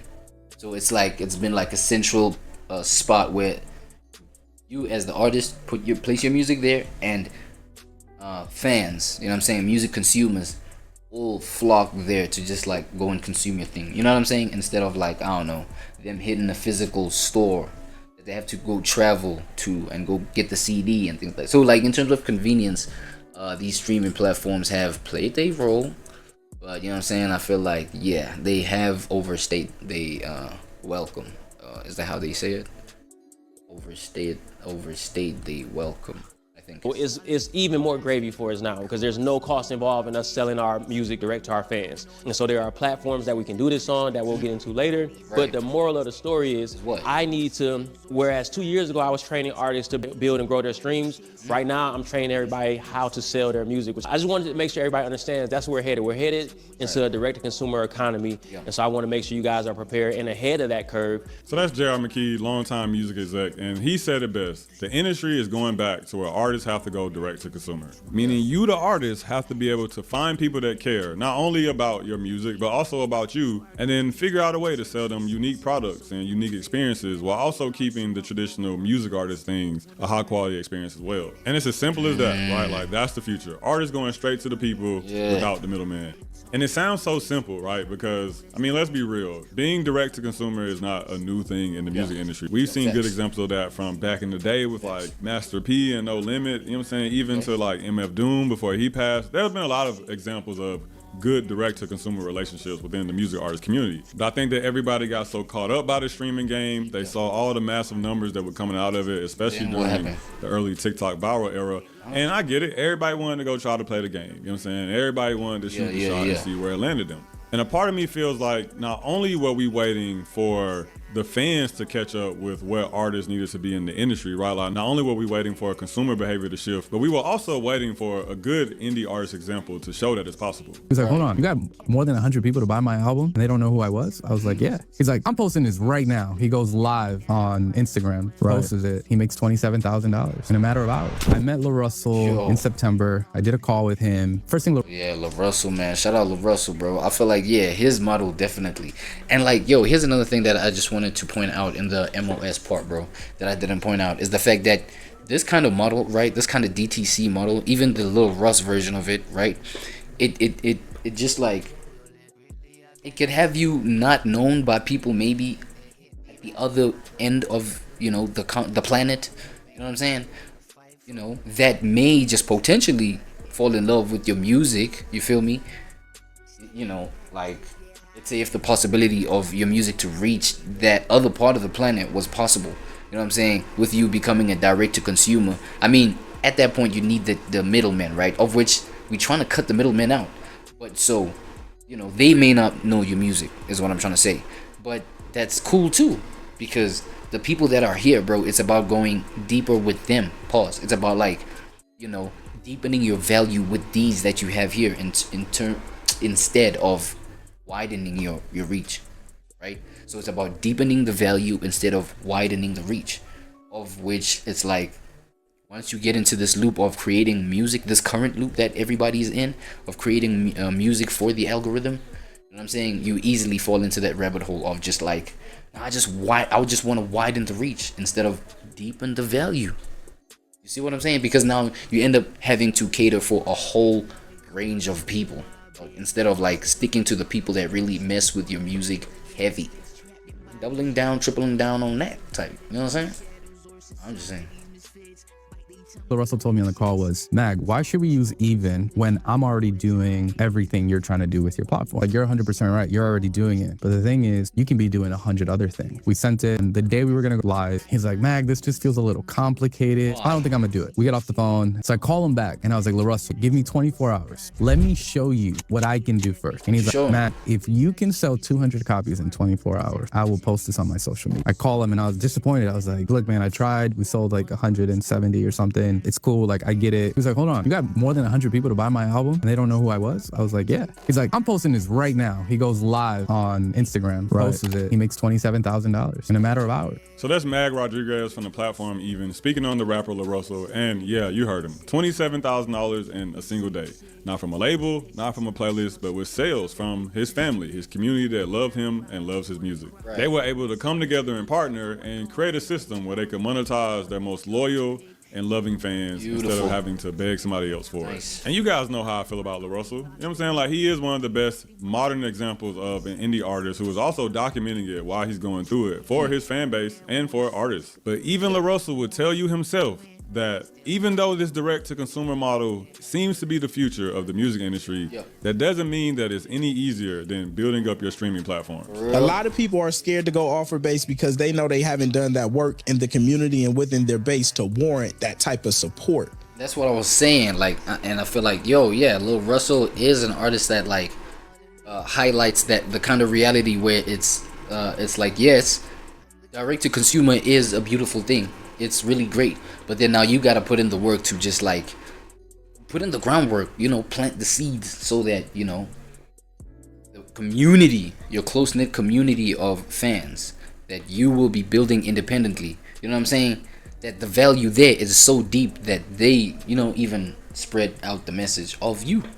You know what I'm saying? Because that's one of the ways you could rely on your brand to grow within the whole independent realm. You know what I'm saying? The direct-to-consumer realm. It's like you have to put in the work, and that's where it is going to be felt. Like the void of the streaming platforms, once they're done away with, they're going to be felt in that they made that convenient. You know what I'm saying? You didn't have to get out of your house to go get your music heard by your people. Now you're gonna have to go out the house. But now I feel like the meaning of the value in that has changed. You know what I'm saying? People are understanding like, yeah, what this could do and mean in the long run, in the long term. Shout out Russ, man. But this video has gone on for way too long, brother. You know what I'm saying? Check it out, man. Check it out. No Labels Necessary is the channel, right? Hold on, let me just do that. No Labels is the channel right here. Why artists are finally leaving Spotify in 2025. Right. For our niggas joint though. I mean, y'all thing of just like, seeing somebody virtually, whether through whatever platform online, brother, and then just like, you know what I'm saying, see wherever you relate, and then, you know what I'm saying, it might as well just be your virtual sibling, your virtual brother. You know what I'm saying? This is my boy TSJ IRL right here. TSJ get him. You feel what I'm saying? Tap in, bro. Like, I've literally peeped a couple inspirational stuff, bro, and I'm pretty sure he's a Gen Z that's just like tapped into his own, just, you know what I'm saying, I'd even say intuition, I'd even say self-awareness type shit. You know what I'm saying? Hold on, check it out though, without further ado, bro. Keep going. He talking about keep going, bro. You know what I'm saying? How many stories you be hearing Gen Z's doing the craziest stuff to themselves, right? Hold on, let me just fix this up. Yeah, Gen Zs, they just be doing the craziest things to themselves just because of XYZ pressures. You know what I'm saying? It'd be the damn near most traumatic things that you can hear about. You know what I'm saying, how Gen Zs be handling the pressures of the world. But, some right here, like, just He's off a different cloth with it, man. Check him out, no cap. Look at this place, TSJ, get him. motherfucker. Let's do This it. place looks familiar. I know it does, nigga. Listen, bro. This place is where, you know, this place is where I made my music video at. So, on this Shout channel, out, you be making I'm gonna do more music too? vlogs, okay? I always Gotta want to tap do in. more vlogs and shit, but I've always been awkward. I've always been scared to. Like, bro, I'm holding this fat ass camera up. Fat-ass Nigga, I camera, don't want let's people go. to look at me like that, bro. But Why not, nigga? you know, if I want to be a YouTuber, if I want to be a streamer, I gotta get over my fears. So, one thing on this channel, I'm gonna just talk about whatever the fuck I want. I'm not editing. You're gonna watch it. You're gonna enjoy it. Shut the fuck up. Suck my geeks, nigga. You're gonna like it and you're gonna enjoy it, okay? So yes, deal with this. We're here to show some love, man. You know what I'm saying? Keep it respectful for niggas that at least don't know you. Look, I'm familiar with your content, bro. You know, I know you authentic with it. This is just who you are, bro. And we mess with you for that. You feel what I'm saying? We love that for that. You know what I'm saying? So you keep on doing that, but I'm just saying, yo, look at the crowd that I'm bringing through, bro. Come on. I'm kidding, man. Cobwebs. It's nothing but cobwebs for now. But I'm telling you, once people just reference back on my, you know what I'm saying, content, they're gonna be checking you out through this. So I'm just saying, let's keep it respectful for the first time viewers. Well, me myself, I was a first time viewer on your IRL joint, but I still fuck with it. Deal with this POV, nigga. Deal with POV, alright? Like, I'm tired. I'm already tired of holding the fucking camera up. Like, bro, this shit is OD. This shit is OD. I'm not gonna lie, bro. I don't even know if I can fucking do daily vlogs, bro. But hey, I'm gonna try to do daily vlogs, man. I'm trying to do something new. You know what I mean? I don't think I've ever done daily vlogs. So, what do I want to talk about right now? So I'm gonna talk about. Oh yeah, no, my bad. If I ain't made it clear yet, man, the video, well, this channel obviously is about, you know what I'm saying, reacting to just like Gen Zs, you feel what I'm saying? Gen Zs, you know, their temperature, their temperament, their energy, their vibes, you feel what I'm saying? Their psychology, their minds. You understand what I'm saying?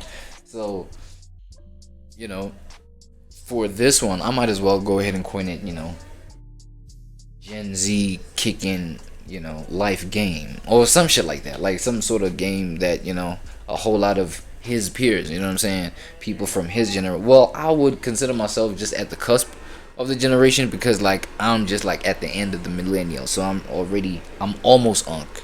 Stop playing with me. Almost. Look, I'm gonna accept the title when it gets here, facts, but I'm just saying, you know what I'm saying, when it comes to Gen Z, I'm just like there by the border, so I literally can just like see y'all on the other side of the road kind of shit, on the other side of the wall, other side of the fence type shit, like, hey, what's going on? Hey, I'm checking. I got to. I'm saying I'm almost unk. I gotta get into the practices anyway.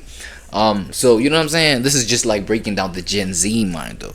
The Gen Z version of what I think is like just, you know what I'm saying, good game, bro. Like just wise shit, if you will. You feel what I'm saying? Because I feel like it's very easy, bro, to recognize, you know, from the younger generation, the degeneracies, bro. The darkness, bro. You know what I'm saying? The ratchet shit. You feel me? Shit that's like least respectable.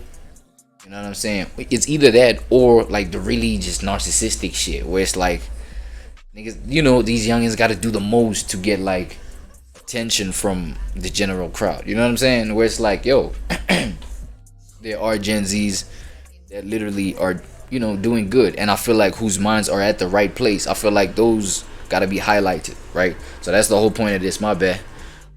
Yapping once again. Shit. My fault. Alright, let's get into it. Let's talk about random shit, right? Let's go. Let's talk about love. What do you love? Okay, cool. So, what do I love? What do you love, buddy? Look at the moon right now. Oh shit, it's kind of beautiful. Look at the moon right now. Yeah, niggas claim that we not in a flat earth. Oh, nigga. Look at the fucking moon. Nigga, how is it fucking sunny in the moon out? Nigga, how is it? Look at the months, okay? Oh yeah, I saw this part. Yo, I just want you to, the part where like, you know what I'm saying, you kicking it. To be honest, bro, smoking on that I don't even know what I Zazie. love. You feel me? Sometimes what I love, I hate. And sometimes what I hate, I love. Shit, I think I went a little too further. My fault. Let me just go to the specific point that I think we're here for. October. October is the 10th month. Nigga, Oct means 8, gang. Oct means 8. Yeah, and I peep, brother right here might just be into like some deeper knowledge of like, you know what I'm saying, I don't know, the universe, the world, reality, things like that. You know what I'm saying? Some of these things is like conceptual if you think about it. You know what I'm saying? They all just like conspiracy kind of driven, but you know, they could make sense depending on how you break it down. What do you mean it's a 10th fucking... What do you mean it's a 10th month, nigga? Listen to this. Make it make sense, blood. Make it make sense, blood. But nah, bro, look at it, yo. Look, nigga, I'm in the fucking zoo, nigga. You don't know the fucking words, nigga. Nigga, I'm on One Piece. Look at the view, bro. Sheesh. Nah, I gotta like fix this, bro. Like, how do I make it not like fucking... Like, how do I make it autofocus, bro? I might need to start recording on my phone. No funny shit, bro. Okay, this shit not happening, mud. This shit not happening, mud. I ain't gonna lie. But what do we want to talk about today? Let's talk about love. Let's go. What do I love? To be honest, bro, I don't even know what I love. Sometimes what I love, I hate. And sometimes what I hate, I love. You know? And that's just how it's going to be in life, bro. On some real shit, that's how it's always going to be in life. It's always going to be ups and downs. There's always going to be obstacles and shit, bro. But you just can't give up. You know what I mean? I just had this conversation with my mom. And let me know if I'm wrong, right? Alright. So we kind of got in an argument a little bit. She's basically saying she wants me to like move in, you know, different somewhere else, right? But I'm saying like, bro, I'm about to turn 22. I get it. I'm grown. I get it. This is the time to move out. But I'm trying to build. I'm trying to build. Let me use the time while I'm young to build something up. Nobody in my family is successful, so like nobody would truly understand what I'm talking about. And what and you know what I mean? Like it's fucking, bro. Like if y'all niggas ever... First things first, I feel like this may just be the... You know, I don't know, depending on how you want to break it down, maybe the curse or maybe the blessing of the black sheep of the family, right? When you feel like, yo, there's a specific vision that you're trying to get to, and no matter how you explain it, no matter how you try to portray it, no matter how you try and display it to whoever is the closest to you, it's like they never kind of connect to that. And now the thing is, you got to have a stronger spirit, like a stronger soul to just like carry the pressures on, because if you think about it, if nobody gets the vision that you're trying to get to, it's like you know, the emotional needs that you, needs that you gotta, that have to be met from your external environment, it's like they're not there, you know what I'm saying? So it's like you gotta do extra, you gotta put in extra effort to make sure that you're straight on that part, so that, you know, you can go on carrying, you know, the vision while being in line, because he's talking about like still, you know what I'm saying, being in his mom's crib, of which that may be a smart idea, like if you're trying to build and, you know, lessen your expenses and have the least expenses, still be at home, right, so that you can maximize on whatever you're building on. That may be a smart idea depending on like obviously your circumstance and which, and you know, how your standing is in reality, right? So but then now obviously there's also that pressure of like, because this whole thing of like, yo, you gotta hurry on up and get out the house, blah blah blah. A whole lot of you know, the younger generations that grow up like, you know, in the current economy where things are so bad that, you know, it's really so much pressure for a whole lot of family members to live in under one roof, you know what I'm saying? Only just because the person that's leading that roof, the person that's maintaining the mouths under that roof, has to just like work extra hard just to get like, you know what I'm saying, breadcrumbs, damn near. You feel what I'm saying? So it's like, yo, it's very important it has become important for the parents of the younger generations to see their kids out the house very early, bro, because that has become even in itself a symbol of the success within the family, where it's like, yo, the success in the family actually has to come from how the leader has shared the success that they leave as an inheritance, so that the next generation can carry that on, instead of like having to go outside of the house, go outside of like the comfort of our family, to go and, you know, create your own identity, create your own autonomy, or create like some sort of backbone to keep this family going. It's like, it's kind of in reverse. I hope you understand what I'm saying. And you know what I'm saying, he's going through it right now. You feel what I'm saying? And it's damn near generational.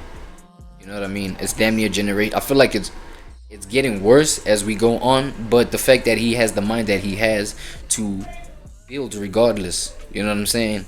And I respect the fact that he's sharing the difficulties of his journey, but he's doing it regardless, bro. You know what I mean? That's why I'm like, yo, tap into TSJ, bro. See his, you know, I mean, he's on his content creation journey, his streaming journey. You know what I'm saying? And yeah, man, it's nothing but support, brother. If you ever truly want success in your family, yeah, bro, it's gonna be super fucking hard, bro. That's what I'm saying. Like, all jokes aside, bro, it's gonna be hard as fuck, bro. Right. Like, real shit, man. Because you're just gonna have people that's gonna hate. You're gonna have people that's gonna hate And I'm not saying my mom's hating. I'm just saying like, yeah. You're just gonna have people that's not gonna see your. Yeah, and that's the thing. Wait, let me clarify my point even further. It's not even the fact that people are hating. You know what I'm saying? When they don't get your vision or when they don't understand your intention, what you're trying to do. Because at the same time, the pressure that's on your shoulders can have you acting really strange, you know what I'm saying, towards your family, especially if they don't understand. It's a different story probably if they understand, they support your vision. They support probably like, you know, you get young people who try to be artists, who try to be musicians and blah blah straight from school, and they have their parents even managing their careers and shit like that. That's real life support, you know what I'm saying? And at that point, those parents, those caregivers, or whatever the case, those family members, they can see, if they're part of the vision and supporting it, they can see the troubles and the pressures that you go through as this person that's trying to manifest this vision, this young kid in the family, right? Whereas if they don't understand that, you know what I'm saying, you have to go through them not understanding that, so the conflict in that, and then also go through the pressures that come with you being on your journey, right? So the sleepless nights, bro, the putting, you know what I'm saying, you're 1,000 hours in, you feel what I'm saying, you're uploading a whole bunch of videos with no views, you feel what I'm saying, into the basement, you know what I'm saying, you're minus time with family, you know what I'm saying, they don't be getting why, like, you just like be locking yourself up in the basement talking about doing these videos, this and that, the third. Nigga, you gotta come through with, you know, hang out with the family, come do these, I don't know, trips, holidays with us. You like, bro, I gotta get locked in.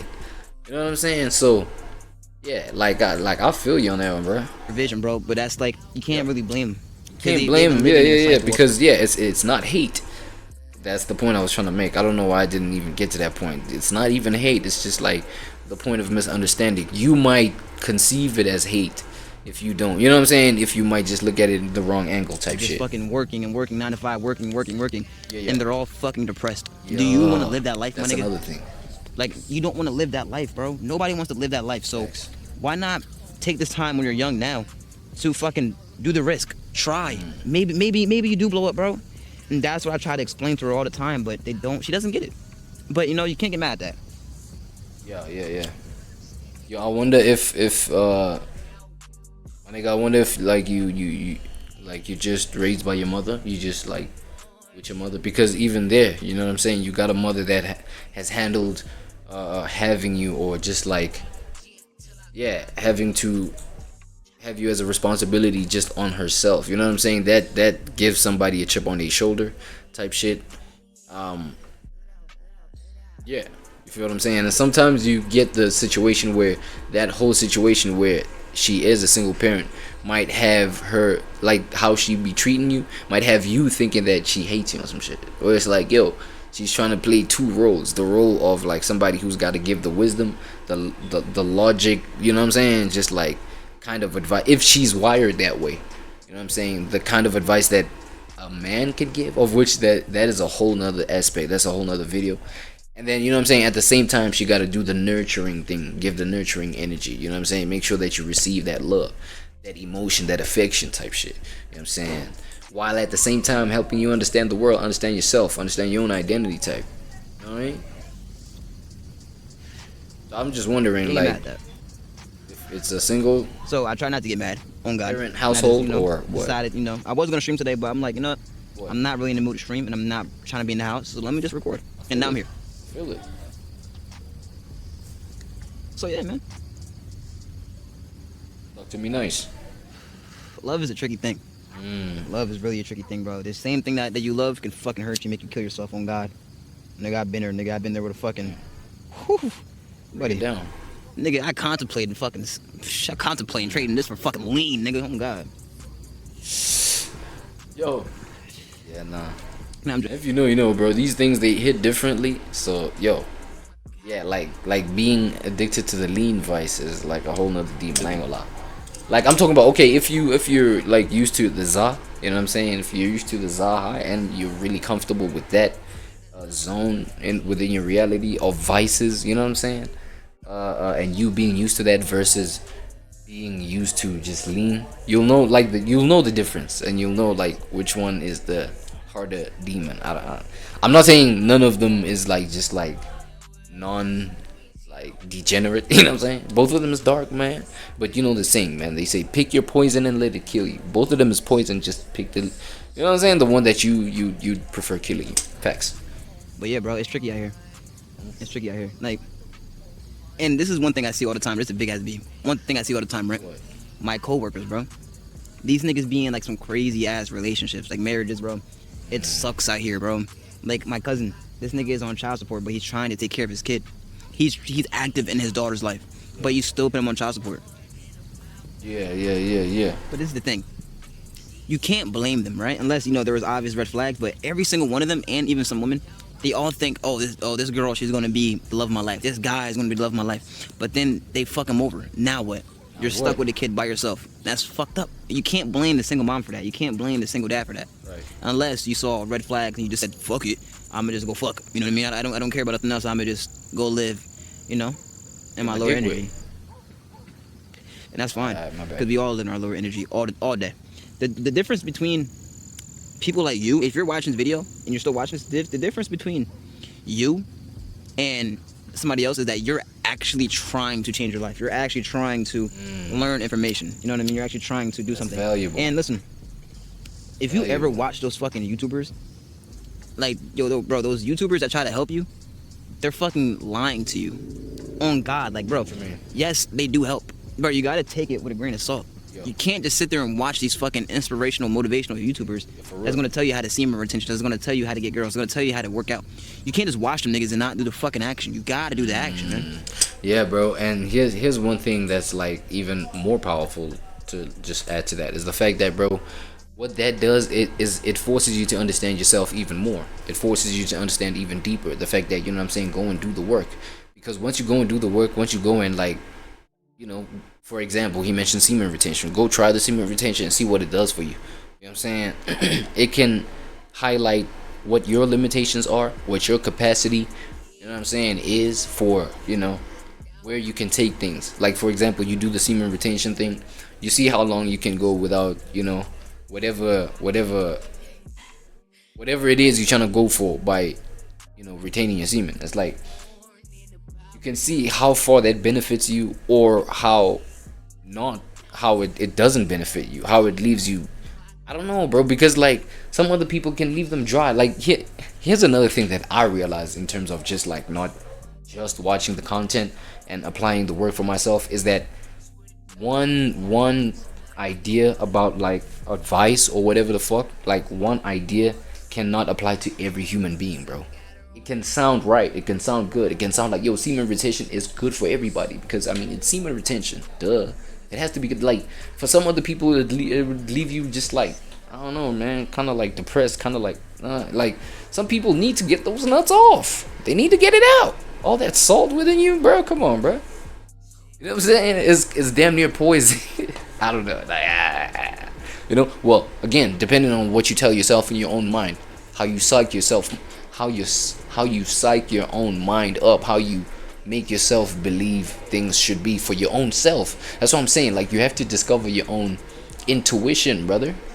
You feel what I'm saying? Some other people, they find they more relaxed, they less aggressive unnecessarily when they got a girl and they got like somewhere, you know, some person to release they junk. Or come on, bro. We're growing up now.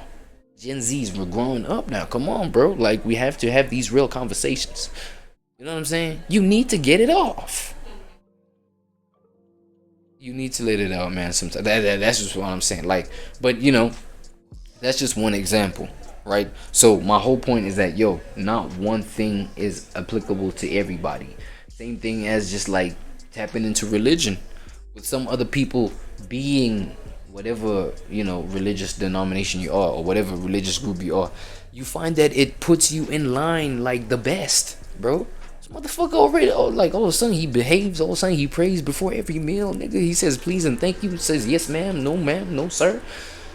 Like, yo, this Jesus thing might not be bad at all for this nigga, you know what I'm saying? Whereas outside of that, he might just be straight demon, right? Whereas other people, like, being trapped in religiosity and shit like that, it leaves them in psychosis, bro. It kind of leaves them trapped. It's like, you know what I'm saying? So you gotta like really Let go of the videos. Let go of even the books sometimes. Just reading all day. Go and apply this stuff because you turning it into wisdom. The knowledge that it's a good thing to get all this information, but that knowledge you got to turn into action, and just the result of what you get from applying that knowledge, it turns into wisdom, nigga. And you can tell homie right here, like, you know what I'm saying, he applying what he going through because he's talking about even real life situations and examples like co-workers. He just spoke about how his co-workers, he's seeing these, you know, how his co-workers are going through these things that just like leaving him questioning a whole bunch of shit. So like he's taking this information and extrapolating it into his own real life experiences. You know what I'm saying? That's why, like, I ain't gonna lie, that's why I highlighted this video for today's Gen Z reaction. I ain't gonna lie. TSJ, get it, man. Bro, let's go. I was that guy.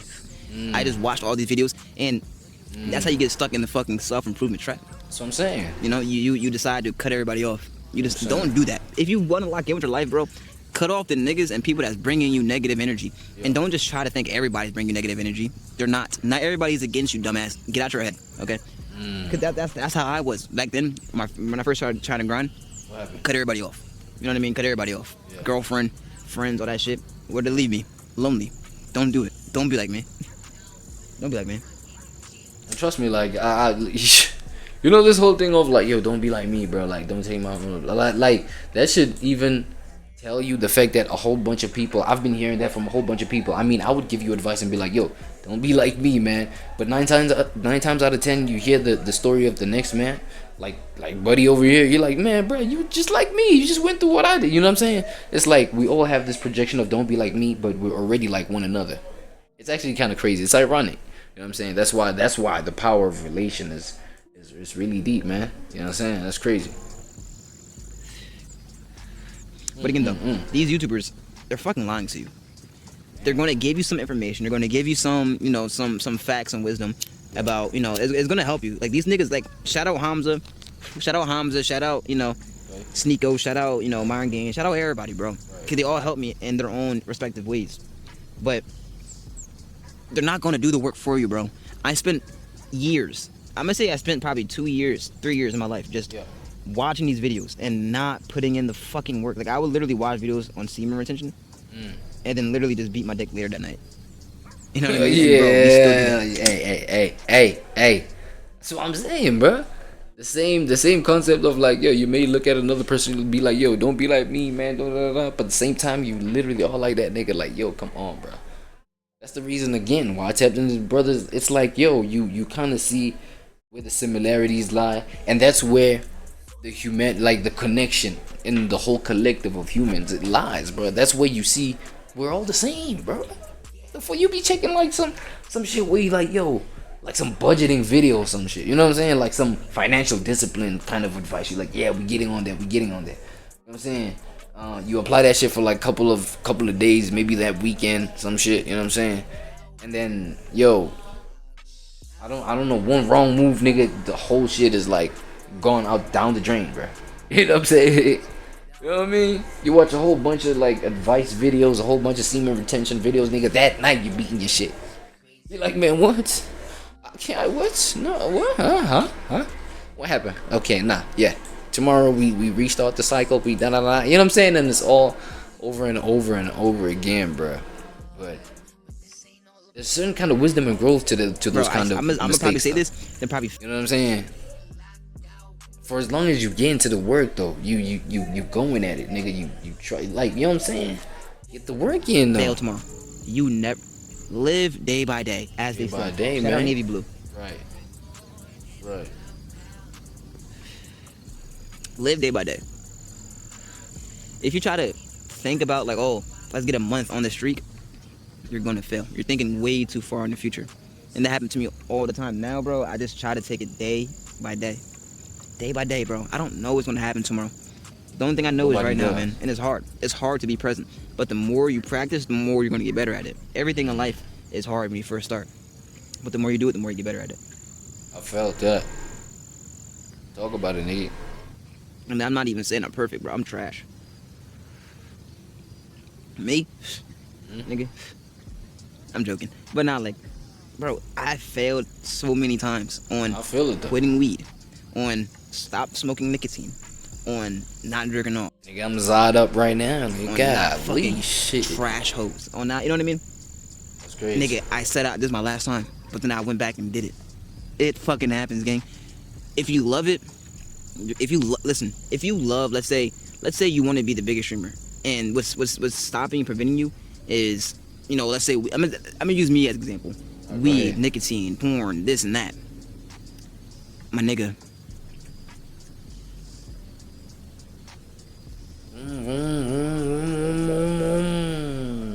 You're good, Mud. I bet. Hear me out, you're good, Mud. Because you're trying. And eventually one day you're going to win. One day you're going to win. It's about the deed, bro. It's about the deed, bro.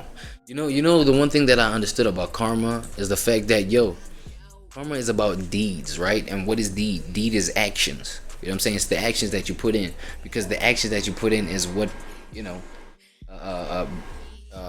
what carries on out the energy that's gonna, be seen as a, what's the word that I'm looking for? Gonna be replicated. Like, I don't want to use words that are too deep, but it's gonna just like duplicate into just like more of what you are putting in as the action, as the deed. You know what I'm saying? Regardless of like how the circumstance is tempting you to feel.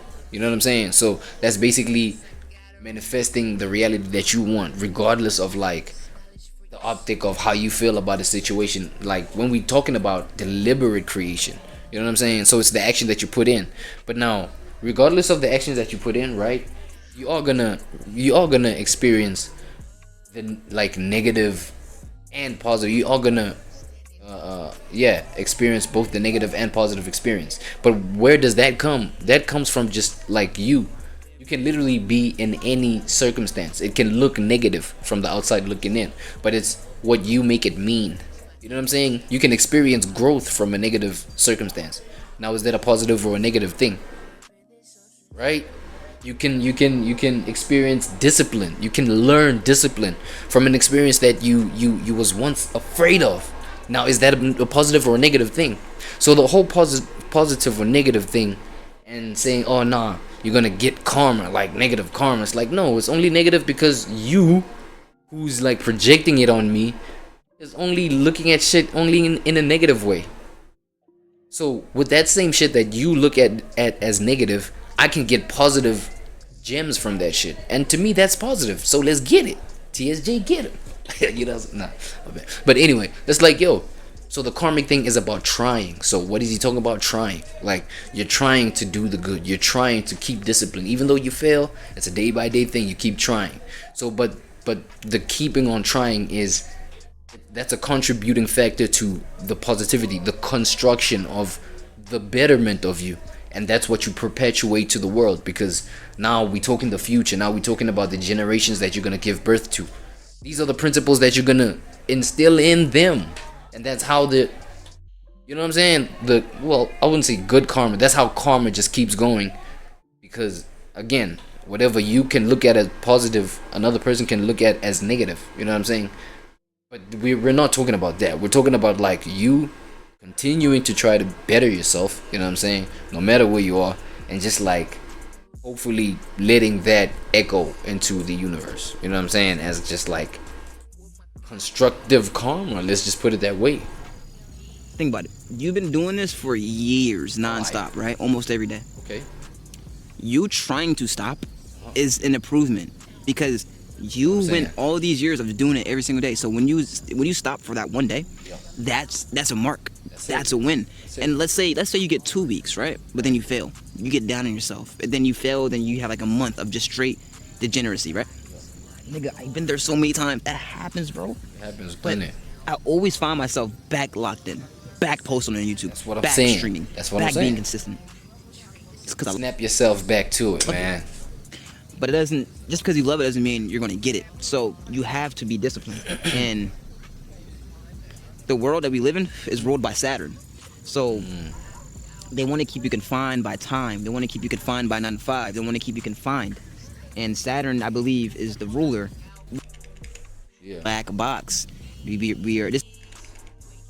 right now. That is a specific part that I want to get to. You could probably see yourself through the fucking you could probably see yourself right now through the video game. Through my phone. Shit, I can't. It's a mirror, gang. Fuck. So no, there's a specific part, bro, a powerful part that I just want to get to right quick. And, you know, hopefully. My bad, game. My bad. Yo, if y'all want to get to it, man, it's TSJ. It's TSJ IRL. Keep going. Like, go check it out. I recommend all y'all go check him out, man. You know, sub up, show some love. Be on this journey, same. If y'all, you know, care and resonate with it. You know what I'm saying? Which same as you guys. Hopefully, even for me, you know, it's gonna be good. So yeah, I mean, that's really all I gotta say right now. This is the first vlog I've done on this channel in so long, and I'ma just upload on this channel, bro. Like, fuck everybody, bro. Right, cool. Shout out though. Shout out. Let me just go on to the moral of the story and what I get out.